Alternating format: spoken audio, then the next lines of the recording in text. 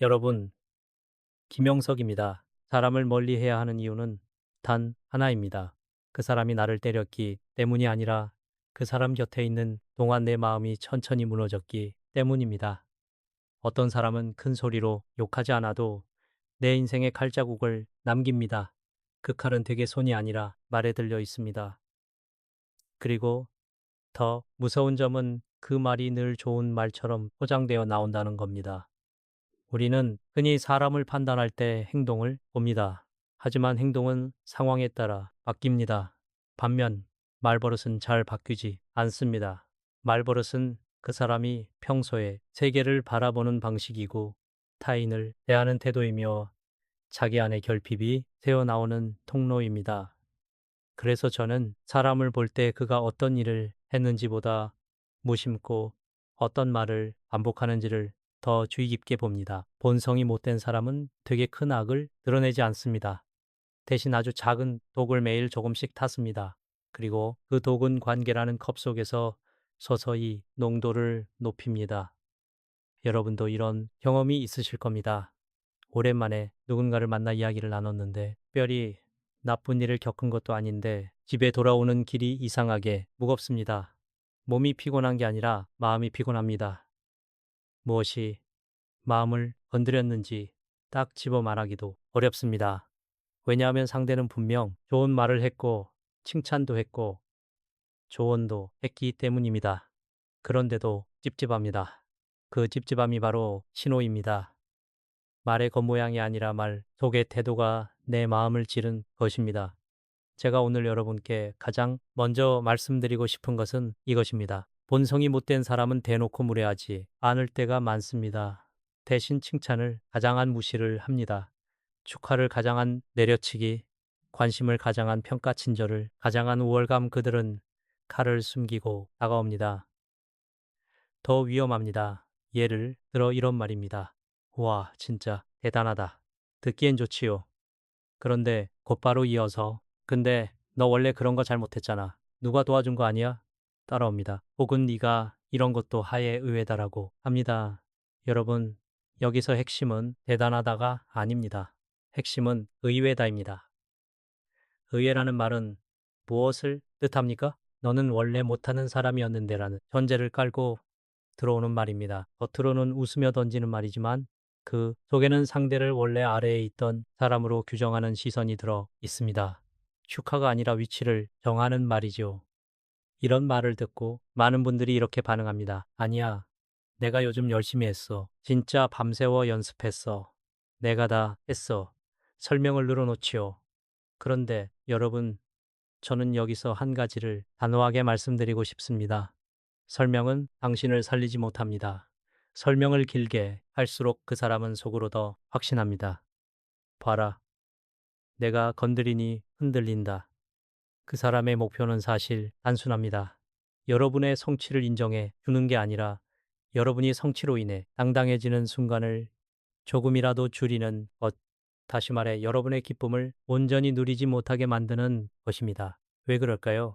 본성이 못된 사람은 타인의 성장 앞에서 불편함을 느낍니다. 남이 한 발짝 앞으로 나가면 자기 안에서 비교가 일어납니다. 비교가 일어나면 열등감이 올라옵니다. 열등감이 올라오면 두 가지 길이 있습니다. 하나는 나도 배우자이며 다른 하나는 저 사람을 낮추자입니다. 성숙한 사람은 전자를 선택합니다. 하지만 본성이 못된 사람은 후자를 선택합니다. 그리고 그 후자를 선택하면서도 자기가 나쁜 사람이 되기 싫어합니다. 그래서 칭찬의 포장지를 씌웁니다. 칭찬이라고 해두면 공격이 아니라 좋은 말이 되어버리니까요. 교활함이 관계를 병들게 합니다. 여러분, 욥은 상처가 분명합니다. 그래서 손절하기가 쉽습니다. 하지만 칭찬, 가장 무시는 상처가 애매합니다. 그래서 우리가 스스로를 의심하게 만듭니다. 내가 예민한가? 그냥 농담인가? 그래도 좋은 뜻이었겠지. 이렇게요. 그 순간부터 관계의 중심이 여러분이 아니라 상대에게 넘어갑니다. 내 감각을 믿지 못하게 되면 결국 그 사람의 말이 내 마음의 기준이 됩니다. 이것이 위험의 시작입니다. 본성이 못된 사람은 아주 잘 알고 있습니다. 사람은 정면 공격보다 애매한 공격에 더 오래 시달린다는 것을요. 중면 공격은 분노로 끊어내지만 애매한 공격은 자기 검열로 스스로를 갉아먹습니다. 그렇다면 어떻게 해야 할까요?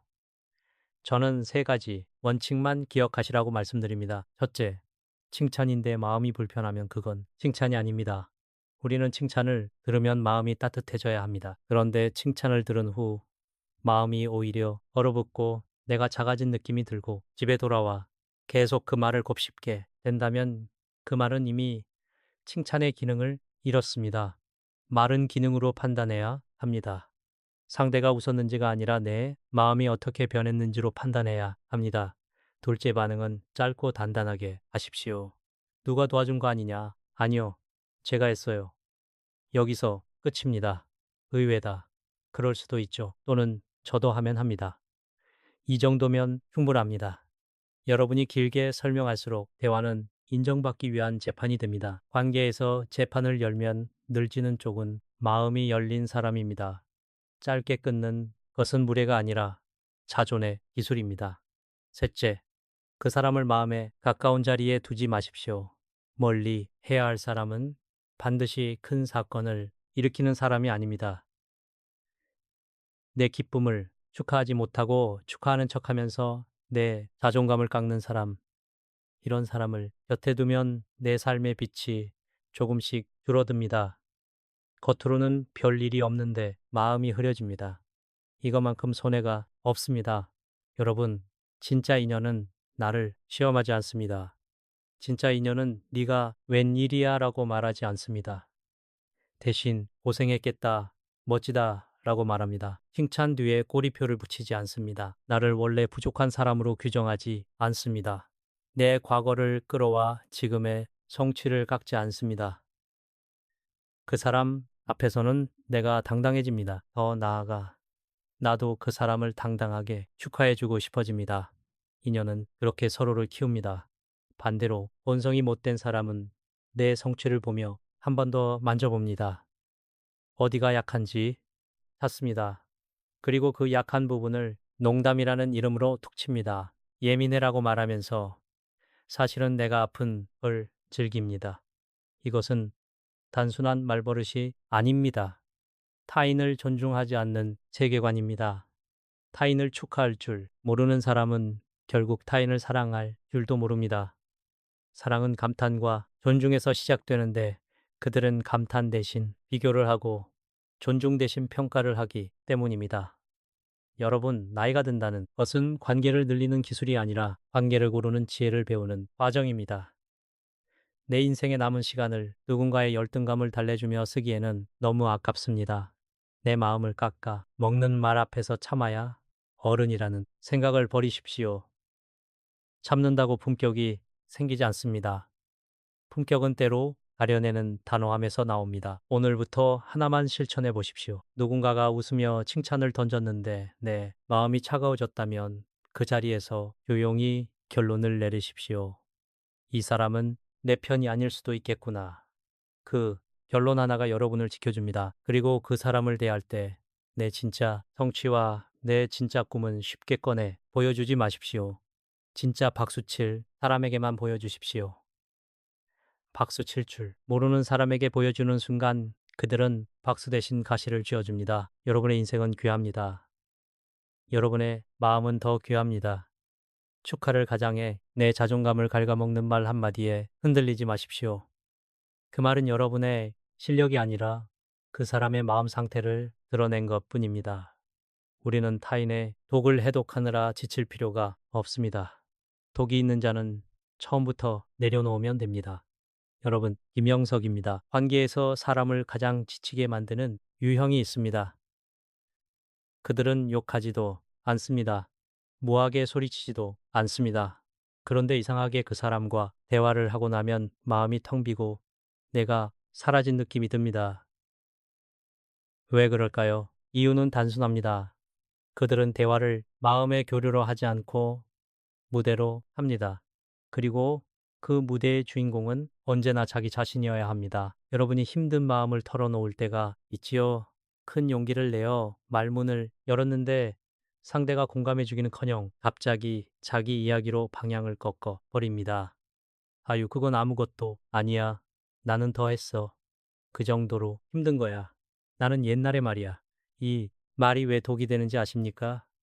이 말은 상황을 비교하는 말이 아니라 사람을 비교하는 말이기 때문입니다. 당신의 고통이 아니라 나의 고통이 더 크다는 선언. 당신의 이야기보다 나의 서사가 더 중요한 사람이라는 고백입니다. 대화에는 순서가 있습니다. 누군가가 마음을 열면 먼저 해야 할 일은 조언이 아니라 머물러 주는 것입니다. 그랬구나. 많이 힘들었겠다. 이 한마디가 사람을 살립니다. 그런데 어떤 사람은 그 자리에 머물지 못합니다. 왜냐하면 남이 위로받는 순간이 자기에게는 불편하기 때문입니다. 남이 주목받으면 내 존재감이 줄어드는 것처럼 느끼기 때문입니다. 그래서 본능적으로 스포트라이트를 다시 자기에게로 끌어옵니다. 이것을 저는 감정의 독점이라고 부릅니다. 상대의 감정을 들어주는 척 하면서 결국 감정의 중심을 자신으로 돌리는 습관이지요. 이런 사람의 말버릇은 아주 일정합니다. 그건 별거 아니야. 나는 더 힘들었어. 내가 옛날에 겪어 봐서 아는데 그렇게 하면 안 돼. 내가 해봤는데 듣는 사람은 그 순간 마음이 다칩니다. 왜냐하면 내가 꺼낸 진심이 진심 대접을 받지 못했기 때문입니다. 사람은 해결책을 원하는 것이 아닙니다. 특히 상처가 깊을수록 해결책보다 먼저 필요한 건 인정입니다. 그런데 감정 독점형 사람은 인정 대신 평론합니다. 그 정도면 괜찮은 거지. 너는 아직 덜 힘든 거야. 이런 메시지를 주는 셈이지요. 여러분, 이런 사람은 기쁨 앞에서도 똑같습니다. 내가 좋은 일이 생겨서 조심스럽게 말하면 그게 뭐 대단하다고. 나는 더 좋은 일도 있었어. 이렇게 말합니다. 슬픔을 빼앗고 기쁨도 빼앗았습니다. 결국 상대의 인생에서 가장 중요한 순간들을 자기 인생의 그림자로 만들어 버립니다. 이때 피해자는 이렇게 느낍니다. 네, 이야기를 하면 할수록 내가 초라해진다. 그래서 더 이상 말하지 않습니다. 관계는 껍데기만 남습니다. 정약용 선생께서도 사람의 마음을 이렇게 꿰뚫어 보셨습니다. 자기의 괴로움만 크게 여기고 남의 괴로움을 가볍게 여기는 자와는 결코 깊은 정을 나눌 수 없다. 이 말이 왜 정확한가요? 깊은 정이라는 것은 결국 한 사람이 다른 사람의 마음에 자리를 내어주는 능력에서 생깁니다. 그런데 감정, 독점형 사람은 자리를 내어주지 않습니다. 그들의 마음에는 늘 내 이야기만 앉아 있습니다. 그러니 당신의 마음이 앉을 자리가 없습니다. 여러분, 이런 사람과 대화를 오래 하면 어떤 일이 생길까요? 첫째, 내 감정이 점점 작아집니다. 내가 느끼는 게 별건가 하고 스스로를 축소합니다. 둘째, 내 말이 점점 짧아집니다. 어차피 말해도 빼앗기니까요. 셋째, 관계가 위로가 아니라 노동이 됩니다. 만나면 내가 들어줘야 하고, 내가 맞장 굳혀야 하고, 내가 기운을 내어줘야 합니다. 그러면 결국 마음이 마릅니다. 그렇다면 어떻게 해야 할까요? 저는 세 가지를 권합니다. 첫째, 그 사람 앞에서 내 깊은 이야기를 꺼내지 마십시오. 마음은 누구에게나 열 수 있는 문이 아닙니다. 문을 열려면 그 안에 방을 존중할 줄 아는 사람이 필요합니다. 감정 독점형 사람은 방을 존중하지 않습니다. 들어오자마자 가구를 자기 마음대로 옮겨버립니다. 그러니 중요한 이야기는 아끼십시오. 그 사람에게는 날씨 이야기, 건강 이야기, 가벼운 근황 정도만 나누는 것이 좋습니다. 둘째, 대화를 뺏길 때는 멈추는 기술을 쓰십시오. 상대가 나는 더러 들어오면 길게 반응하지 마십시오. 그랬군요. 그런 일도 있으셨군요. 짧게 받고 다시 내 이야기로 돌아오려 애쓰지 마십시오. 왜냐면 그 자리에서 싸우던 내 이야기 되찾기를 하면 당신만 더 지치기 때문입니다. 그 사람은 애초에 대화의 균형을 원하지 않습니다. 셋째, 나 자신도 경계하십시오. 우리가 나이가 들면 내 경험이 늘어납니다. 경험이 늘어나면 자꾸 말하고 싶어집니다. 그런데 누군가가 아픈 이야기를 할 때 내가 먼저 내 경험을 꺼내기 시작하면 나도 모르게 감정 독점형이 될 수 있습니다. 그러니 스스로에게 한 가지 규칙을 주십시오. 누군가가 힘들다고 말하면 나는 먼저 이렇게 말한다. 그랬구나. 정말 많이 힘들었겠다. 그리고 잠시 침묵한다. 이 침묵이 상대에게는 당신 이야기를 내가 품고 있다는 신호가 됩니다. 어른의 품격은 말솜씨가 아니라 침묵의 무게에서 나옵니다. 여러분, 사람은 누구나 인정받고 싶습니다. 그런데 본성이 못된 사람은 그 욕구가 유독합니다. 그래서 남의 이야기 위에 자기 이야기를 쌓아 올립니다. 정을 칠합니다. 별 상대의 마음은 숨을 쉬지 못합니다. 그런 관계는 오래 갈수록 병이 됩니다. 오늘부터 한 가지 기준을 세우십시오. 내가 마음을 열었을 때 그 사람이 내 마음에 머물러 주는가? 아니면 내 마음을 밟고 자기 무대로 올라서는가? 이 기준 하나면 여러분의 인간관계가 훨씬 가벼워질 겁니다. 여러분, 김석입니다. 사람의 본성을 가장 빨리 드러내는 순간이 있습니다. 화가 났을 때도 이익이 걸렸을 때도 아닙니다. 의외로 첫마디에서 드러납니다. 만나자마자 나오는 첫마디는 그 사람의 기본 온도입니다. 그 온도는 하루 컨디션이 아니라 삶을 바라보는 습관에서 나옵니다. 여러분은 이런 경험 없으십니까? 오랜만에 누군가를 만나러 갔는데 자리에 앉기도 전에 상대가 한숨부터 쉽니다. 아이고, 오다가 버스가 얼마나 험하게 운전하는지 허리가 끊어지는 줄 알았어. 요즘 세상 진짜 엉망이야. 나는 온몸이 쑤셔 죽겠어. 아들, 딸은 연락도 없고. 이런 말이 시작되면 그날 만남은 이미 방향이 정해집니다. 그 사람은 대화를 하는 것이 아니라 내 앞에 불평의 쓰레기 봉투를 툭 내려놓고 풀기 시작합니다.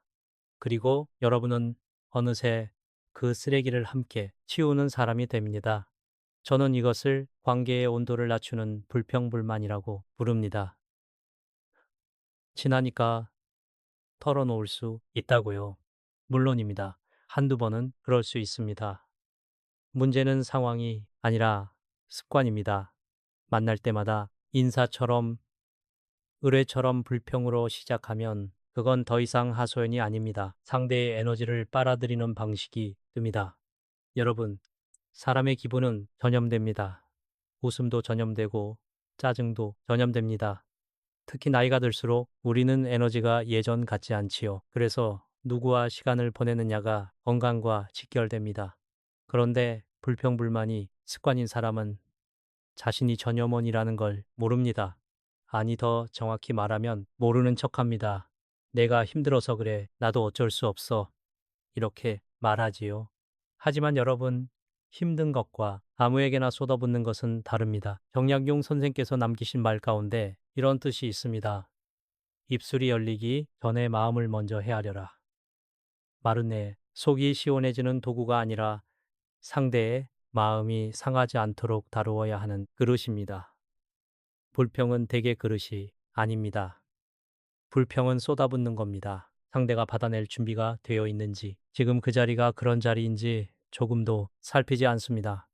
심리학에서는 이런 사람들을 흔히 에너지 뱀파이어라고 부릅니다. 왜냐하면 그들은 스스로 부정적 감정을 소화할 능력이 약하기 때문입니다.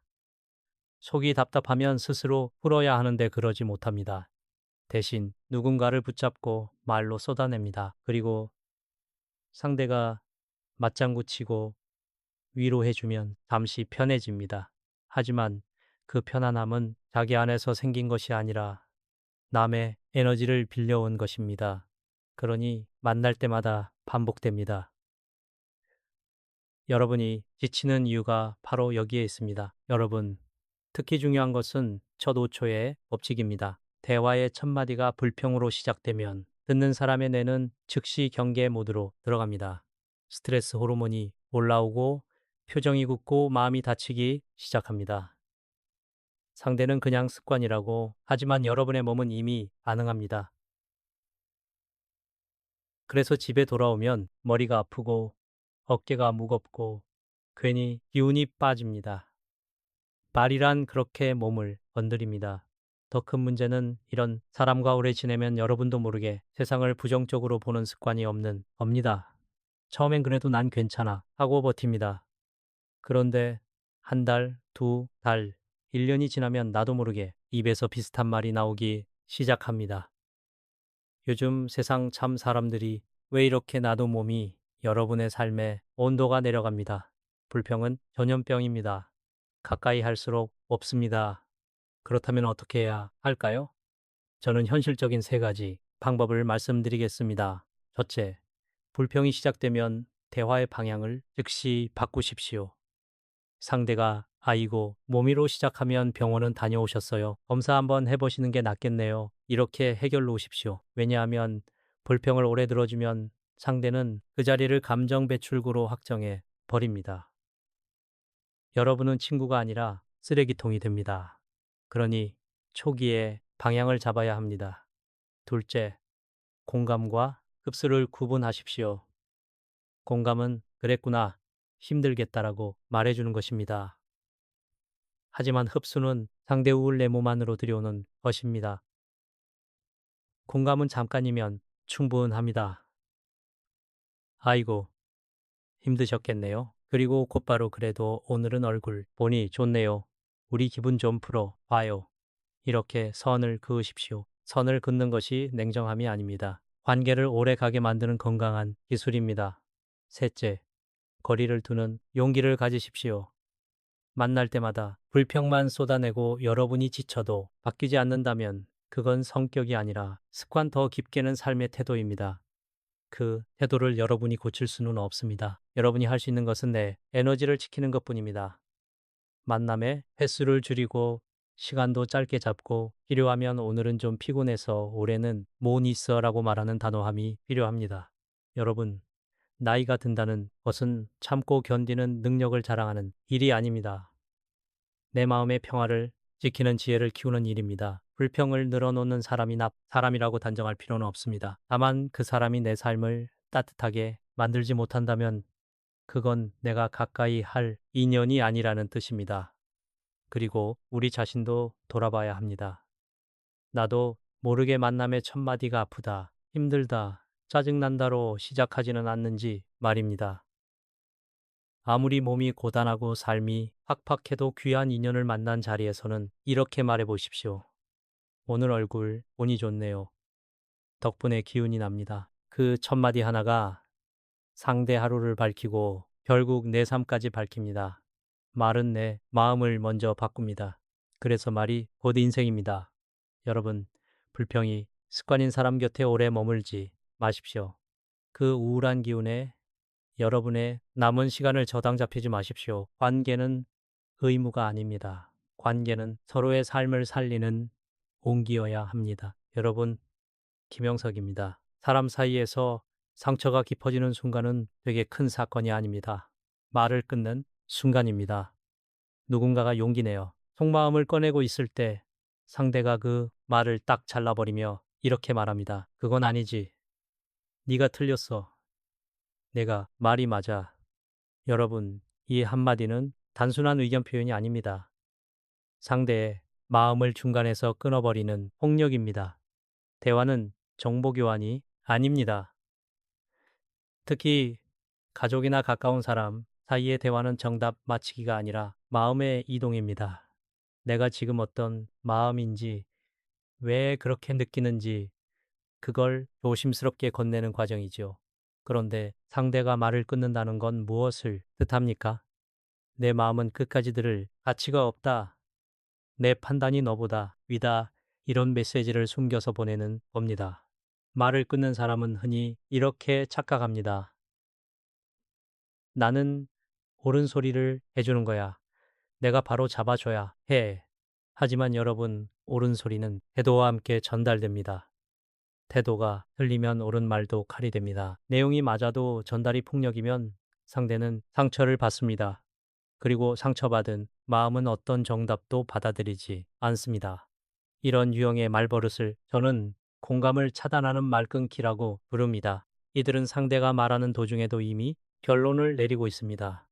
듣는 척하지만 사실은 기다리지 못합니다. 왜냐하면 대화의 목적이 이해가 아니라 지배이기 때문입니다. 여러분이 이야기하고 있는데 상대가 끼어들어 이렇게 말하는 장면을 떠올려 보십시오. 아니, 그건 네가 잘못 생각한 거야. 요즘 젊은 애들이 너무 예민해. 그런 건 원래 참는 거야. 이 말들은 무엇을 하는 겁니까? 상대의 감정을 느끼는 것에서 틀린 것으로 바꾸어 버립니다. 슬픔이 과민함이 되고 억울함이 오해가 되고 고통이 약함이 됩니다. 이렇게 되면 사람은 두 번 무너집니다. 한 번은 상황 때문에, 또 한 번은 내 감정이 부정당해서 무너집니다. 심리학에서는 이런 행동을 대화 지배욕이라고 부릅니다. 특징이 있습니다. 이들은 상대의 말을 듣는 동안에도 머릿속으로는 다음 반박을 준비합니다. 질문을 던지는 척하지만 사실은 상대를 이해하려는 질문이 아니라 상대를 꺾으려는 질문입니다. 그들의 대화는 다리가 아니라 성벽입니다. 마음이 오가야 하는데 그들은 내가 옳다는 성을 쌓아놓고 그 위에서 내려다봅니다. 그리고 이 습관이 무서운 이유는 관계를 서서히 말려 죽이기 때문입니다. 말을 끊는 사람이 곁에 있으면 사람은 점점 말이 줄어듭니다. 속마음을 말하려다가도 어차피 또 끊기겠지 생각합니다. 그러면 겉으로는 대화가 유지되는 것 같아도 실제로는 표면적인 이야기만 오갈 뿐입니다. 날씨, 건강, 뉴스 같은 이야기만 남습니다. 마음은 사라집니다. 관계는 껍데기만 남습니다. 정야용 선생이 남긴 말이 있습니다. 말하는 이가 끝맺지 않으면 듣는 이도 끝까지 들어야 한다. 그것이 사람을 대하는 예의 첫걸음이다. 이 말은 단순히 예절 이야기가 아닙니다. 사람의 마음이 안전하다고 느끼는 조건을 말해주는 겁니다. 인간은 끝까지 들어주는 사람 앞에서만 마음을 엽니다. 말을 끊는 사람 앞에서는 마음이 다칩니다. 다친 마음은 관계를 병들게 합니다. 그렇다면 여러분은 이런 사람을 어떻게 대해야 할까요? 첫째, 마음 이야기를 그 사람에게 맡기지 마십시오. 말을 끊는 사람에게는 중요한 고민, 깊은 속내, 상처를 함부로 보여주지 않는 게 좋습니다. 그 사람은 아직 그릇이 준비되지 않았습니다. 여러분의 진심을 담기에는 그릇이 너무 날카롭습니다. 둘째, 대화의 규칙을 짧게 세우십시오. 상대가 끊어들 때 길게 따지지 말고 이렇게 말할 수 있습니다. 잠깐만요. 제 말 끝까지 하고 싶어요. 조금만 들어주세요. 지금은 공감이 필요해요. 이 한 문장은 싸움이 아니라 대화의 안전 장치입니다. 물론 모든 사람이 받아들이진 않습니다. 그러나 한 번은 분명히 말해야 합니다. 내 마음에 경계를 세우지 않으면 상대는 그것을 허락으로 착각합니다. 셋째, 우리 자신도 경계하십시오. 나이가 들면 경험이 생깁니다. 경험이 생기면 상대가 말하는 순간 결론이 머릿속에 떠오릅니다. 그래서 끊고 싶어집니다. 그런데 그 순간 한 번만 멈추십시오. 손으로 입술을 누르는 느낌으로 참으십시오. 상대 말이 끝날 때까지 기다리십시오. 그리고 먼저 이렇게 말하십시오. 그랬군요. 많이 힘드셨겠네요. 그 다음에야 비로소 묻는 겁니다. 내가 보기엔 이런 면도 있는 것 같은데 당신 생각은 어때요? 이 순서 하나가 상대를 살리고 관계를 살립니다. 여러분, 대화에서 가장 귀한 것은 정답이 아닙니다. 존중입니다. 상대의 말이 다 끝나기도 전에 끊어버리는 사람은 사실 상대를 한 사람으로 존중하지 않습니다. 내가 너보다 위는 마음이 숨어 있습니다. 그래서 그 옳은 말이 폭력이 됩니다. 그러니 기억하십시오. 여러분이 누구에게 속마음을 말했는데 그 사람이 늘 그건 아니지부터 시작한다면 그 사람은 여러분을 이해하려는 것이 아니라 교정하려는 사람일 가능성이 큽니다. 교정은 때로 필요합니다. 하지만 마음이 다친 사람에게 필요한 건 교정이 아니라 품입니다. 품이 없는 교정은 사람을 더 망가뜨립니다. 여러분의 남은 인생은 마음을 마음대로 끊어내는 사람에게 설명하고 설득하느라 쓰기에는 너무 소중합니다. 끝까지 들어주는 사람, 말을 다하고 숨을 고를 시간을 주는 사람, 그 사람 곁에서 여러분의 마음은 다시 살아납니다. 그게 진짜 인연입니다. 여러분, 김영석입니다. 사람을 멀리해야 하는 결정적 순간이 있습니다. 그 사람이 나를 노골적으로 비난했을 때가 아닙니다. 오히려 현실을 말해주는 척하면서 내성을 꺾어버릴 때입니다. 겉으로는 조언처럼 들리는데 듣고 나면 마음이 축 처지고 내가 한없이 초라해지는 말이 있습니다. 현실적으로 생각해봐. 그 나이에 그게 되겠어. 괜히 돈 낭비, 시간 낭비하지 마. 여러분이 말은 단순한 충고가 아닙니다. 많은 경우 가능성 회방입니다. 사람의 꿈을 미리 잘라내는 말이지요. 우리는 나이가 들수록 조심성이 늘어납니다. 그건 자연스러운 일입니다. 실패를 겪고 책임이 생기고 몸도 예전 같지 않으니까요. 그런데 바로 그 조심성을 이용해 남의 도전을 막는 사람들이 있습니다. 그들은 늘 걱정이라는 가면을 씁니다. 걱정하는 척 하면서 사실은 내가 새롭게 빛나는 꼴을 못 보겠다는 마음이 숨어 있을 때가 많습니다. 그래서 저는 이런 유형을 현실주의자로 위장한 가능성, 해방꾼이라고 부릅니다. 여러분이 무언가 새 계획을 말할 때를 떠올려 보십시오. 은퇴 후 작은 자격증을 따보겠다. 새로운 취미를 시작해 보겠다. 건강을 위해 뭔가 배워보겠다. 혹은 작은 일이라도 해보고 싶다.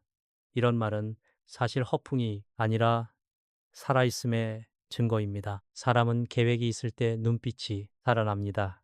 그런데 회방꾼은 그 눈빛을 제일 먼저 꺼드립니다. 말은 이렇게 시작하지요. 야, 내가 다 알아. 현실은 냉정해. 요즘 젊은 애들도 안 되는데 너라고 되겠어? 그런 거 해봐야 소용없어. 그 순간 여러분의 가슴에서 작은 불씨가 꺼지는 걸 느끼셨을 겁니다. 계획을 말할 때만 해도 설렜는데 집에 돌아오면 이상하게 부끄러워집니다. 내가 너무 나댔나? 내가 주제 파악 못했나? 이렇게 스스로를 깎아내리게 됩니다. 여러분, 이게 바로 회방꾼의 효과입니다. 그들은 여러분을 직접 공격하지 않습니다. 대신 여러분이 스스로를 공격하게 만듭니다. 왜 이런 일이 생길까요? 심리학에서 자주 쓰는 비유가 있습니다. 바구니 속에 개를 여러 마리 넣어두면 한 마리가 밖으로 기어나오려 할 때 다른 개들이 집게발로 끌어내린다는 이야기입니다. 이걸 개통 효과라고도 부릅니다. 사람, 관계에서도 비슷한 일이 벌어집니다. 누군가가 변하려 하고 새로 도전하려 하면 어떤 사람은 기뻐하기보다 불안해합니다. 제가 변하면 나는 뭐지? 제가 앞서가면 나는 뒤처지나? 이 불안을 견디지 못하면 상대를 끌어내리는 말이 나옵니다. 그런데 그 끌어내림은 되게 이런 모습입니다. 현실적으로 생각해. 그래서 더 교활합니다. 공격이 아니라 조언처럼 들리니까요. 정약용 선생께서는 사람의 길을 막는 심리를 아주 날카롭게 경계하셨습니다. 남의 길을 함부로 막지 말라. 그 길이 내 길이 아니라 하더라도 그것이 그의 길일 수 있기 때문이다. 이 말씀은 단순한 덕목이 아닙니다. 인생 후반에 특히 중요한 원칙입니다. 나이가 들면 길은 더 줄어드는 게 아니라 오히려 더 다양해집니다. 어떤 사람은 60에 시작한 일이 70에 인생을 살립니다. 어떤 사람은 은퇴 후 배운 작은 기술 하나로 사람을 만나고 활력을 찾고 건강을 되찾습니다. 그런데 회방꾼은 자신의 좁은 경험으로 세상을 재단합니다. 그리고 그 재단으로 남의 날개를 꺾습니다. 이런 사람들의 말투에는 공통점이 있습니다. 그건 안 돼. 그건 별로야. 그건 의미 없어. 괜히 하지 마. 내가 해봐서 아는데 여러분 안 된다는 말을 너무 쉽게 하는 사람을 조심하십시오. 세상에서 가장 값싼 지식이 안 되는 이유입니다. 안 되는 이유는 누구나 말할 수 있습니다. 진짜 지혜는 되게 만드는 조건을 말하는 것입니다. 여러분의 계획을 들었을 때 진짜 인연은 이렇게 묻습니다. 좋다. 그럼 어떻게 하면 현실적으로 가능할까? 준비는 뭐가 필요할까? 네가 즐겁다면 해보자. 이 차이가 큽니다. 회방꾼은 벽을 세우고 진짜 인연은 길을 만듭니다. 그렇다면 여러분은 회방꾼을 만났을 때 어떻게 해야 할까요? 첫째, 꿈을 아무에게나 말하지 마십시오. 꿈은 아직 완성된 성이 아닙니다. 처음엔 작은 집입니다. 지붕도 얇고 벽도 약합니다. 그래서 아무 말이나 한 방에 무너집니다. 그러니 꿈은 증명할 사람에게 말하지 말고 응원할 사람에게 말하십시오. 네, 불씨를 보고 함께 바람을 불어줄 사람, 그 사람이 진짜 동료입니다. 둘째, 현실이라는 말에 즉시 흔들리지 마십시오. 현실은 하나가 아닙니다. 사람마다 현실이 다릅니다. 체력도 다르고, 시간도 다르고, 환경도 다르고, 동기도 다릅니다. 어떤 사람에게는 불가능한 일이 다른 사람에게는 가능할 수 있습니다.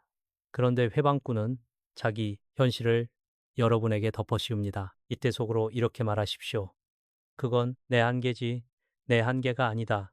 이 한 문장이 여러분을 지켜줍니다. 셋째, 반응은 짧고 단호하게 하십시오. 해방꾼과 길게 논쟁하지 마십시오. 그들은 설득을 위해 말하는 게 아니라 여러분의 확신을 흔들기 위해 말합니다. 그래서 길게 대답할수록 여러분만 지칩니다. 고마워. 나는 한번 해볼게. 이 정도면 충분합니다. 부드럽게 말해도 마음은 단단해야 합니다. 결정을 빼앗기지 않는 태도가 중요합니다. 여러분, 인생 후반의 가장 큰 적은 실패가 아닙니다. 도전하다가 넘어지는 건 다시 일어날 수 있습니다. 하지만 도전하기 전에 마음이 꺾이면 다시 일어날 자리가 없습니다. 회방꾼의 말은 여러분을 넘어뜨리는 게 아니라 걷지도 못하게 만듭니다. 그래서 더 치명적입니다. 그리고 우리 자신도 돌아봐야 합니다. 우리는 누군가의 새로운 시도를 들었을 때 무심코 그 나이에 그건 힘들지 같은 말을 던지지 않는지 말입니다. 내 경험이 상대의 미래를 가리는 장막이 되면 안 됩니다. 정약경 선생의 말처럼 지난 일은 거울이 되어야지 현재를 가리는 장막이 되어서는 안 됩니다. 네, 실패가 남의 가능성을 꺾는 이유가 되어서는 안 됩니다. 여러분, 아직 늦지 않았습니다. 나이는 가능성을 막는 숫자가 아닙니다. 오히려 인생에서 가장 중요한 것은 지금 내 마음이 무엇을 원하는가입니다. 그 마음이 움직이는데 누군가가 현실이라는 말로 찬물을 끼얹는다면 그 말은 조언이 아니라 방해일 가능성이 큽니다. 여러분의 꿈과 도전은 귀합니다. 그 귀한 것을 함부로 비웃거나 안 될 이유부터 나열하는 사람에게 맡기지 마십시오. 여러분은 여러분의 길을 가면 됩니다. 그리고 그 길을 지지해주는 사람만 곁에 두면 됩니다. 여러분, 김영석입니다. 어떤 사람은 말할 때 늘 이렇게 시작합니다.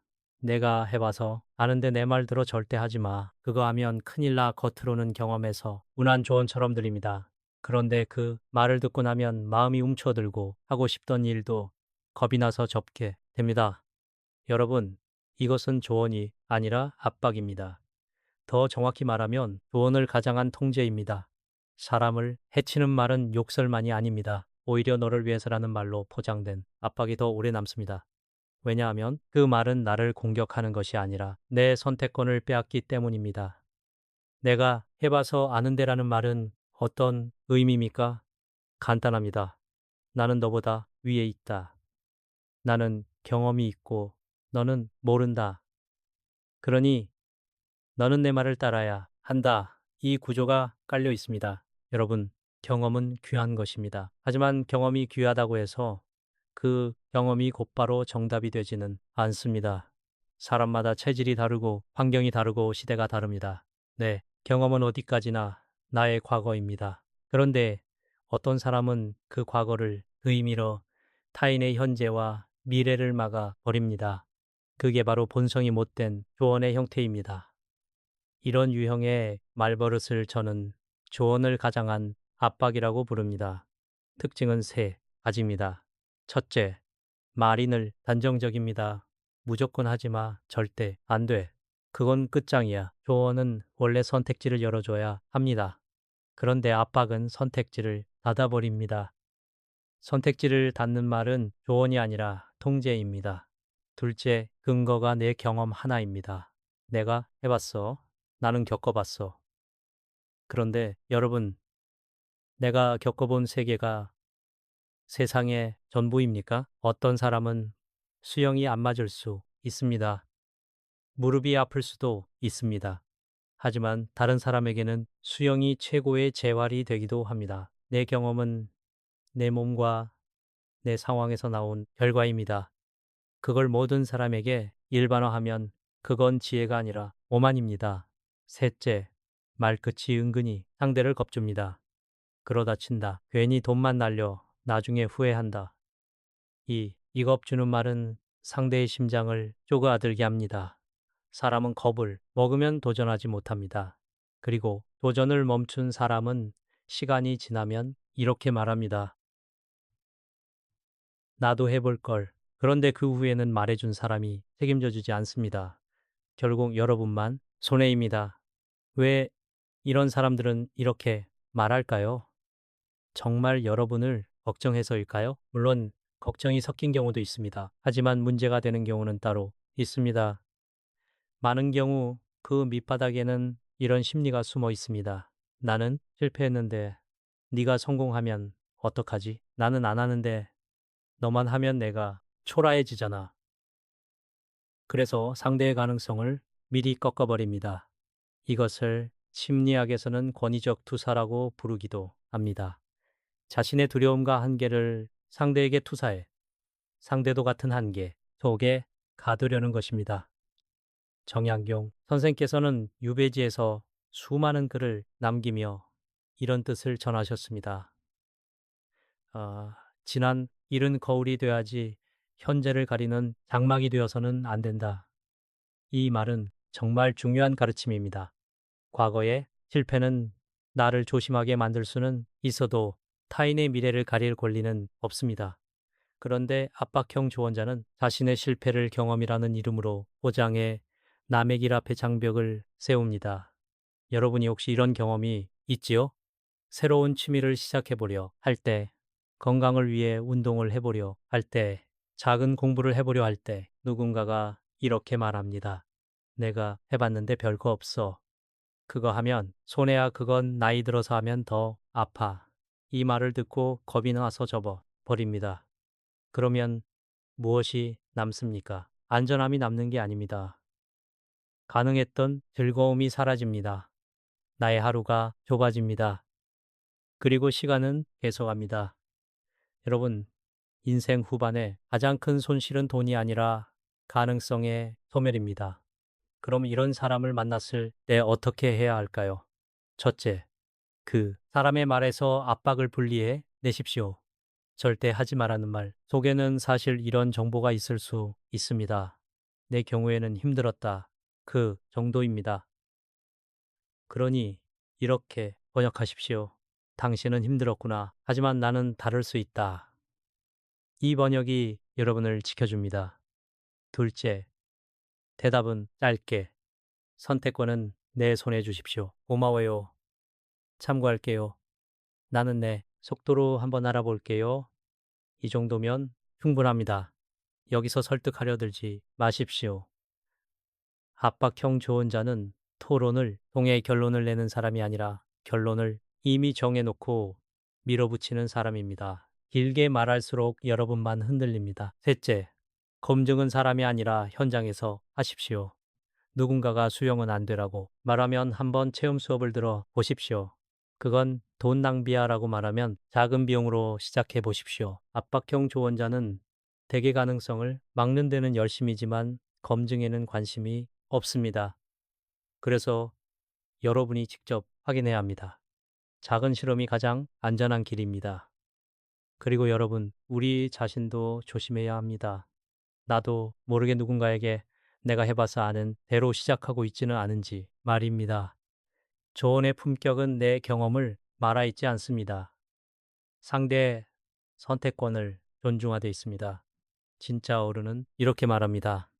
내 경험은 이랬어. 하지만 너한테 다를 수도 있어. 한번 알아보고 네가 결정해. 이 한 문장이 상대 삶을 살립니다. 여러분, 세상은 변합니다. 사람도 다릅니다. 내 과거가 남의 오늘을 막아서는 안 됩니다. 누군가가 조언이라는 이름으로 여러분의 발목을 잡는다면 속으로 단호히 말하십시오. 당신의 과거와 나의 오늘은 같을 리 없다. 그리고 여러분의 길을 가십시오. 인생에 남은 시간은 짧습니다.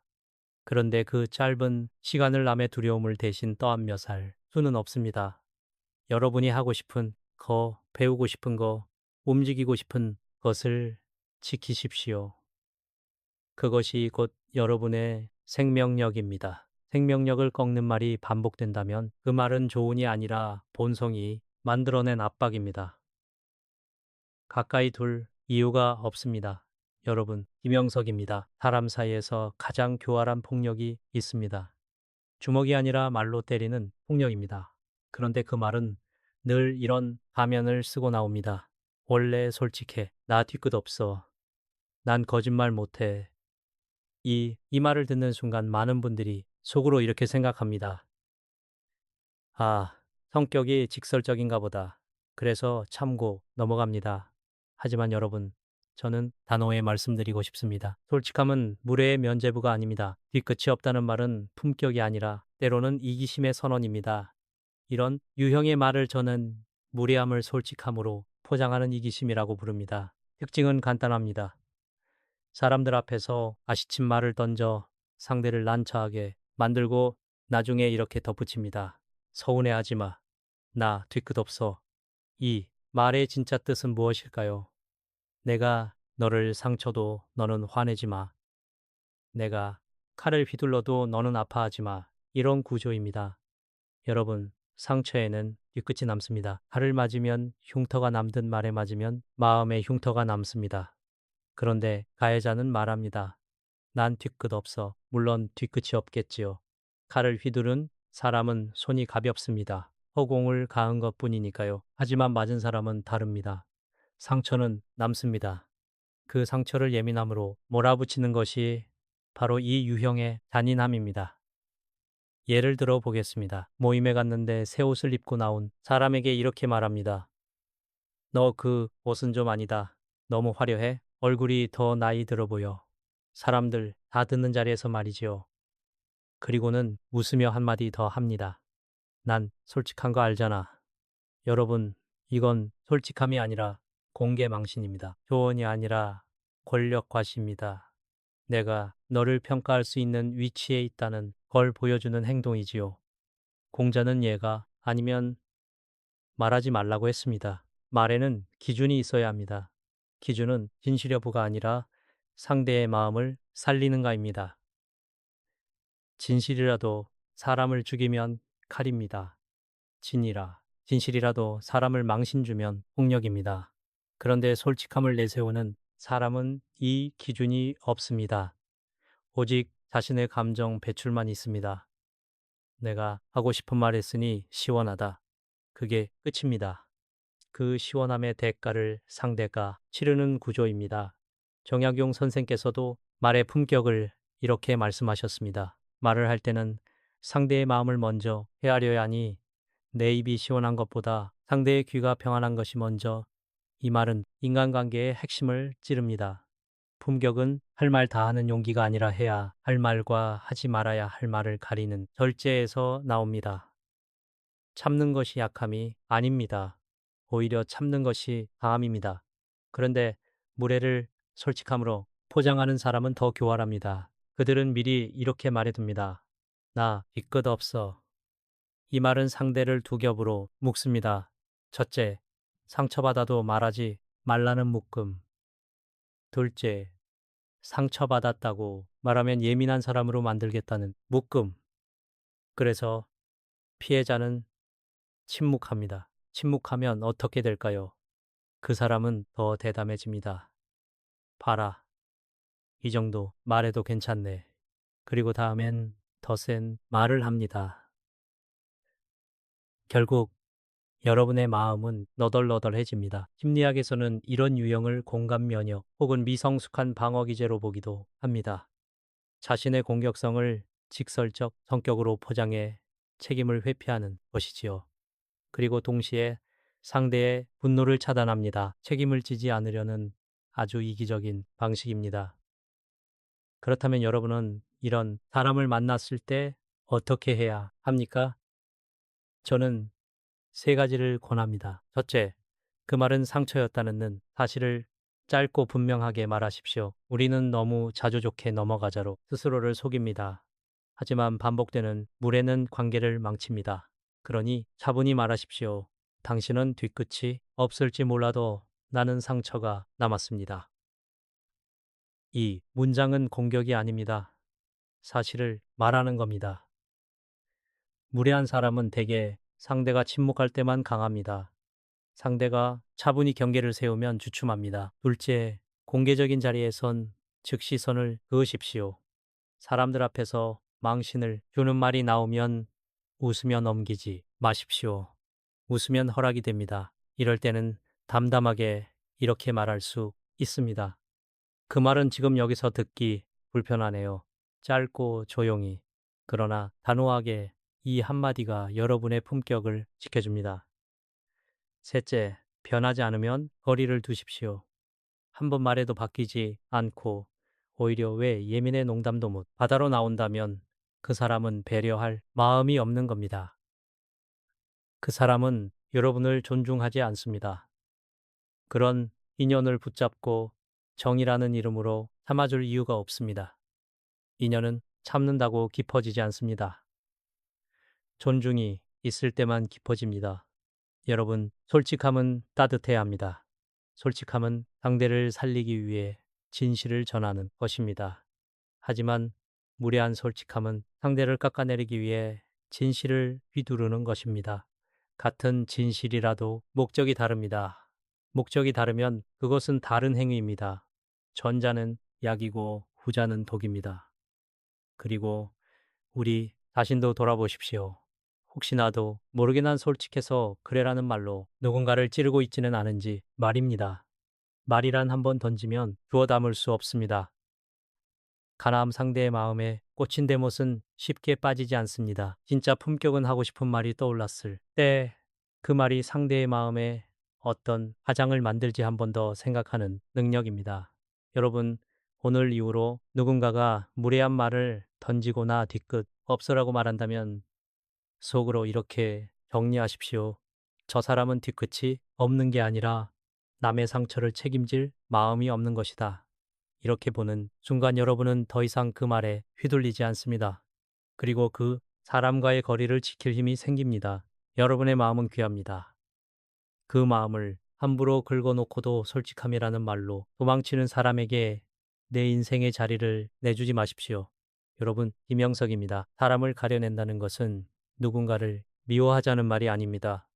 오히려 내 남은 삶을 더 따뜻하게 지키기 위한 지혜로운 선택입니다. 우리는 오랫동안 참아라, 맞춰라, 관계를 유지해라 라는 말 속에서 살아왔습니다. 특히 나이가 들수록 그래도 정이 있지 않냐.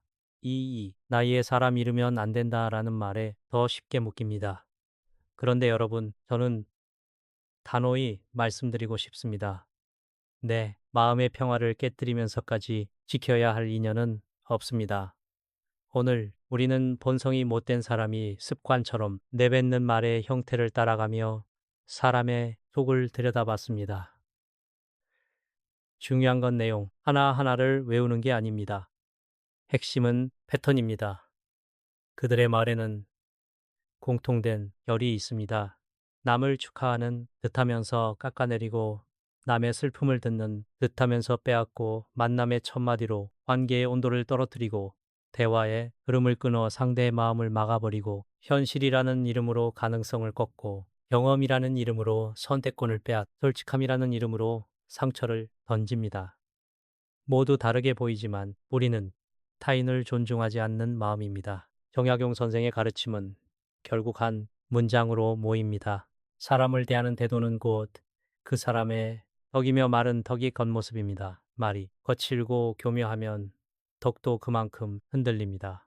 저는 오래 살수록 확신하게 됩니다. 사람은 겉으로 잘해주는 것으로 평가할 수 없습니다. 밥을 사주고 선물을 줘도 말로 계속 내 마음을 갉아먹는다면 그건 따뜻한 관계가 아닙니다. 사랑이 아니라 소모입니다. 여러분, 우리는 관계에서 자주 착각합니다. 오래 알았으니 참아야지. 내가 어른이니까 이해해야지. 내가 먼저 양보해야지. 그런데 참는다고 해서 상대가 변합니까? 대개는 변하지 않습니다. 오히려 참아주는 사람이 있다는 사실이 그 사람에게는 면허가 됩니다. 이 정도 해도 괜찮네. 그래서 말은 더 거칠어지고 무례는 더 대담해집니다. 결국 상처는 더 깊어집니다. 참음은 미덕이 될 수 있지만 지속적인 무앞에서의 참음은 자기 학대가 되기 쉽습니다. 그렇다면 어떻게 해야 하느냐? 저는 정리를 너무 어렵게 생각하지 말라고 말씀드립니다. 정리는 꼭 극단적 단절만을 뜻하지 않습니다. 정리에는 단계가 있습니다. 여러분이 선택할 수 있습니다. 첫째, 거리의 정리입니다. 만나는 횟수를 줄이는 것, 연락을 늦게 받는 것, 대화 시간을 짧게 하는 것, 이것만으로도 관계의 독성이 크게 약해집니다.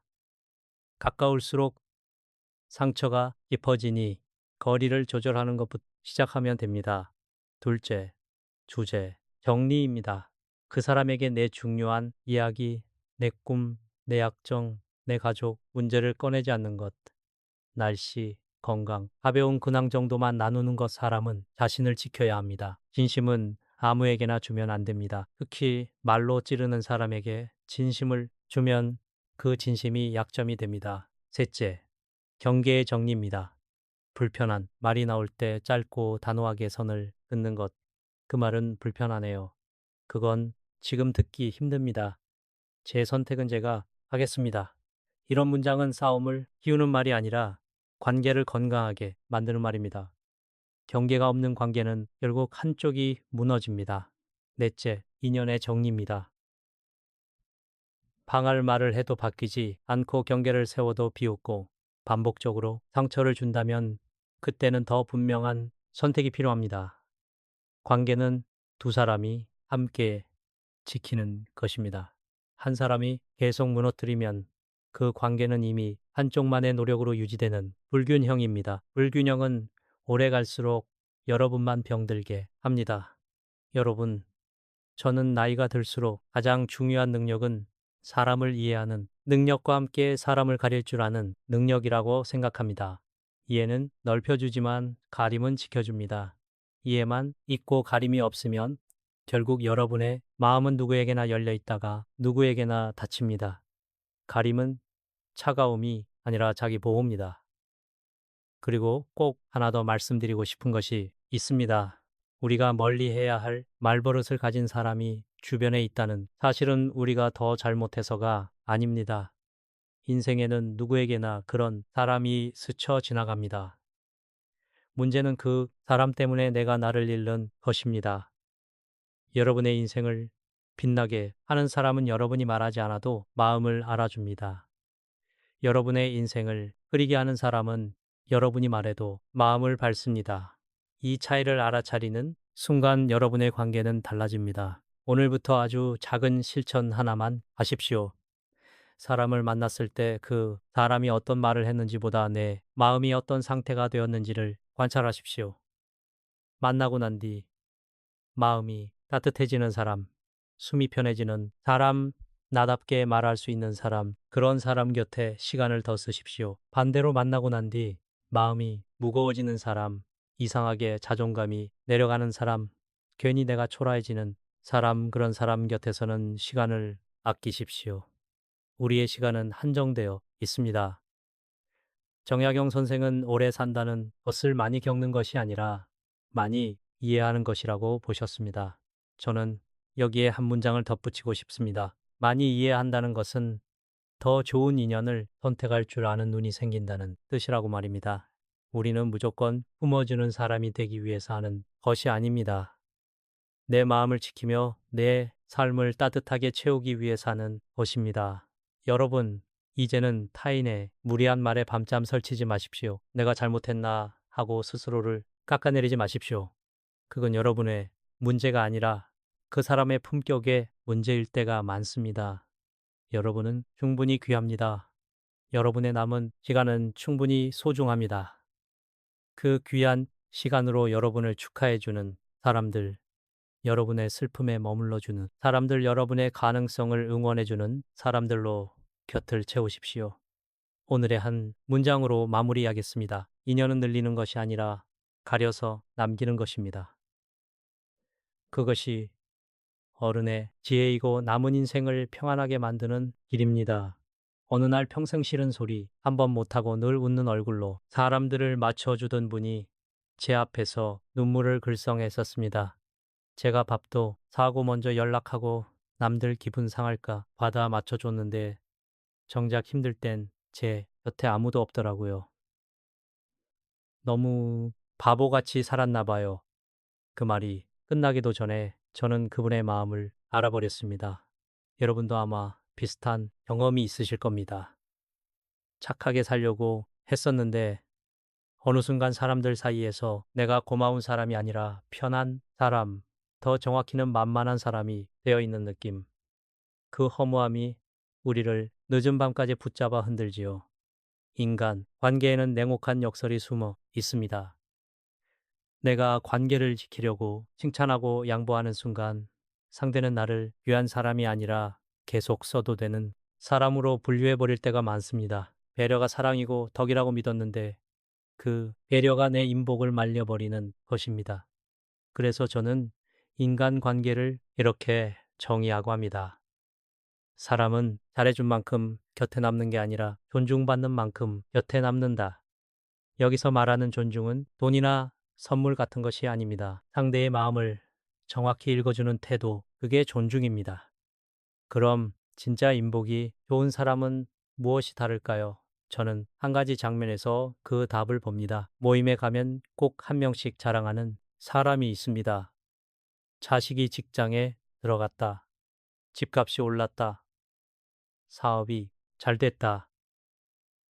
건강이 좋아졌다고 말하지요. 그때 우리는 되게 이렇게 반응합니다. 와, 부럽다. 대단하다. 분위기를 맞춘다고 호들갑을 떨고 상대의 기분을 띄워줍니다. 그런데 여러분 그 순간 상대는 더 신이 납니다. 말이 길어집니다. 자랑이 설명이 되고 설명이 설교가 됩니다. 그리고 우리는 어느새 그 설교에 청중이 되어 앉아 있습니다. 집으로 돌아오는 길에 마음이 묘하게 쓸쓸해집니다. 내가 낮아진 것 같고 내 인생이 천라해진 것 같지요. 왜 그럴까요? 우리가 칭찬한 건 사람이 아니라 결과였기 때문입니다. 결과를 칭찬하면 관계에 높낮이가 생깁니다. 한 사람은 올라가고 다른 한 사람은 내려갑니다. 인복은 그렇게 생기지 않습니다. 제가 들은 이야기 하나를 들려드리겠습니다. 동창 모임에서 한 친구가 아들이 이번에 아파트를 샀다며 자랑을 늘어놓기 시작했습니다. 한 분은 분위기를 맞춘다고 아유, 부럽다. 넌 진짜 자식 농사 잘 지었네 하며 계속 맞장구를 쳤습니다. 그러자 친구는 더 어깨에 힘을 주며 이야기를 길게 이어갔고 맞장구 치던 그분은 밤새 자랑을 받아주는 역할이 되어 버렸습니다. 반면 다른 분은 달랐습니다. 그분은 호들갑을 떨지 않았습니다. 그저 잔을 채워주며 조용히 웃다가 놨고 따뜻한 목소리로 딱 한마디를 했습니다. 자네 아들이 그냥 혼자 컸겠나? 자네가 그때 밤낮 없이 뛰었잖아. 그거 일러내느라 참 애였네. 고생 많았어. 여러분 그 한마디가 들어가자 놀라운 일이 벌어졌습니다. 한껏 우쭐해 있던 얼굴이 잠깐 내려앉고 눈가가 붉어졌다고 합니다. 그리고 자랑하던 사람이 이렇게 말했지요. 맞아. 나 그때 진짜 죽도록 일했어. 그걸 알아주는 사람은 자네밖에 없네. 차이는 무엇입니까? 부럽다는 말을 들으면 사람은 자존심이 커집니다. 하지만 애였다는 말을 들으면 마음이 열립니다. 결과를 칭찬하면 우월감이 자라나고 수고를 알아주면 인간미가 깨어납니다. 사람은 겉으로는 자랑을 하지만 속으로는 늘 이런 마음을 품습니다. 나를 좀 알아줬으면, 그 시간을 알아줬으면 우리 인생의 대부분은 화려한 무대 위가 아니라 아무도 보지 않는 무대 뒤에서 이루어지지 않습니까? 그런데 누군가가 그 뒤를 알아봐주는 순간 사람은 무장해제됩니다. 그때부터 상대는 여러분을 비위를 맞춰주는 사람이 아니라 마음을 알아주는 사람으로 대합니다. 인복이 바뀌는 순간입니다. 다산정용 선생도 결을 말합니다. 겉으로 드러난 꽃과 열매만 부러워하지 말고 흙 속에서 묵묵히 버틴 뿌리에 수를 해 하리라고요. 공자 또한 남이 나를 알아주지 않음을 근심하기보다 내가 남의 수고를 알아주지 못함을 근심하라고 했습니다. 저는 이 말이 인간관계의 핵심이라고 생각합니다. 주인은 멀리서 오지 않습니다. 사람을 하는 태도에서 태어납니다. 내가 사람의 결과만 바라보면 내 곁에는 결과를 자랑하는 사람만 남습니다. 그러나 내가 사람의 수고를 바라보면 내 곁에는 마음을 나눌 사람이 남습니다. 이 차이가 노후의 외로움을 갈라놓습니다. 여러분, 오늘부터 습관을 바꾸십시오. 누군가 자랑을 늘어놓을 때 자동으로 부럽다, 대단하다부터 꺼내지 마십시오. 잠깐만 멈추고 그 사람의 수고를 떠올려 보세요.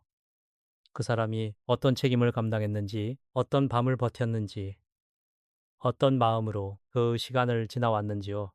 그리고 딱 한마디만 건네십시오. 그거 이뤄내느라 참회였네.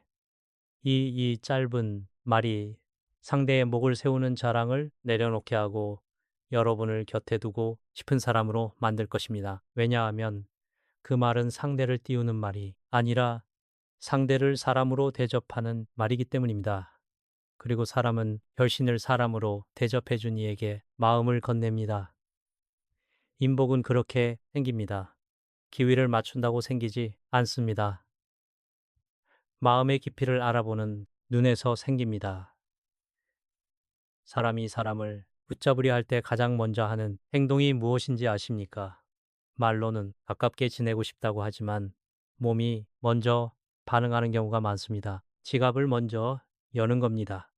밥값을 내가 계산하고 커피도 내가 사고 선물도 내가 챙기고 택시비도 내가 내며 내가 잘하면 사람들이 나를 좋아하겠지 하고 믿습니다.